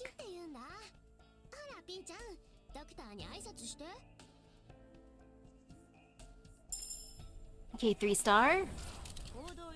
Catapults. Hey there again, Catapult. Catapult me to where Wizardel and Logos are, please. Hi, Cruz.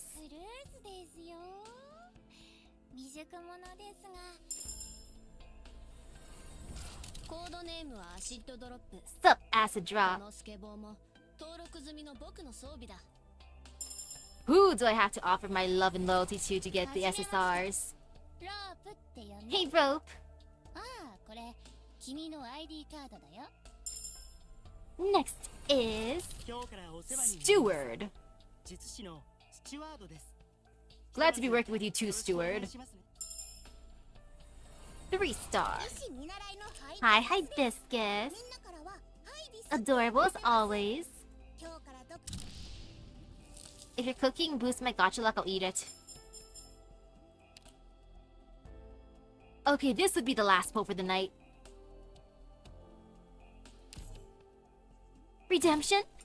I'm gonna close my eyes and pull. Did I do it correctly? My eyes are closed still. Open now. ご報告に上がりま Oh, した。 I got Fang. Cool. 私が随分変わったように見え Eyes る。 open again for Fang. はい。医師見習いのハイビス。 Now there's Hibiscus. みんなからはハイビスって呼ばれてます。今日からドクターとロドスの皆さん。 4 star. よっ。 Now there's Bee Hunter. What's up, Bee Hunter? Hey there again, Bee Hunter. はじめまして。あなたがドクター？私は I'm gonna get Wizardell no matter what. 専任家だよ。 I was hoping to get her for free though. ってドリンが言ってたけど、 But she wants to make me で work. きることない？ I can go to the rock mines and gather a bunch of rocks and then make those into some gacha funds. どうも。 Sup, Spot. A6 のスポットだ。私はフェン。 True, true. There's also the goat チー certs ムチームの隊長もしています。 in, yeah, a few hours. And チ dailies. ームメンバーと共に And the mining event. I love that mining event. It's the best. There's hope in the world. It's only the beginning. My luck just has to marinate some more. アンセルです。 So much marination required. よろしくお願いいたします。 Sup, Ansel? 4 star. ドクター Hey, Hummus. たらロドスには随分助けてもらったし、もう感謝の言葉しか出てこねえよ。もし俺コードネームはアシッドドロップ。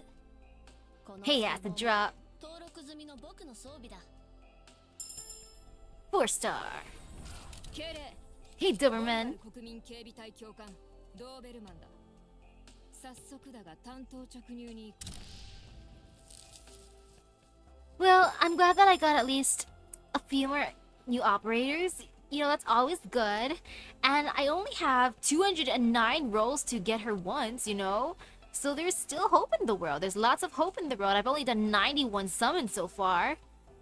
That's way less than my 190 pulls for Cinderella and Nike. Oof. Oof.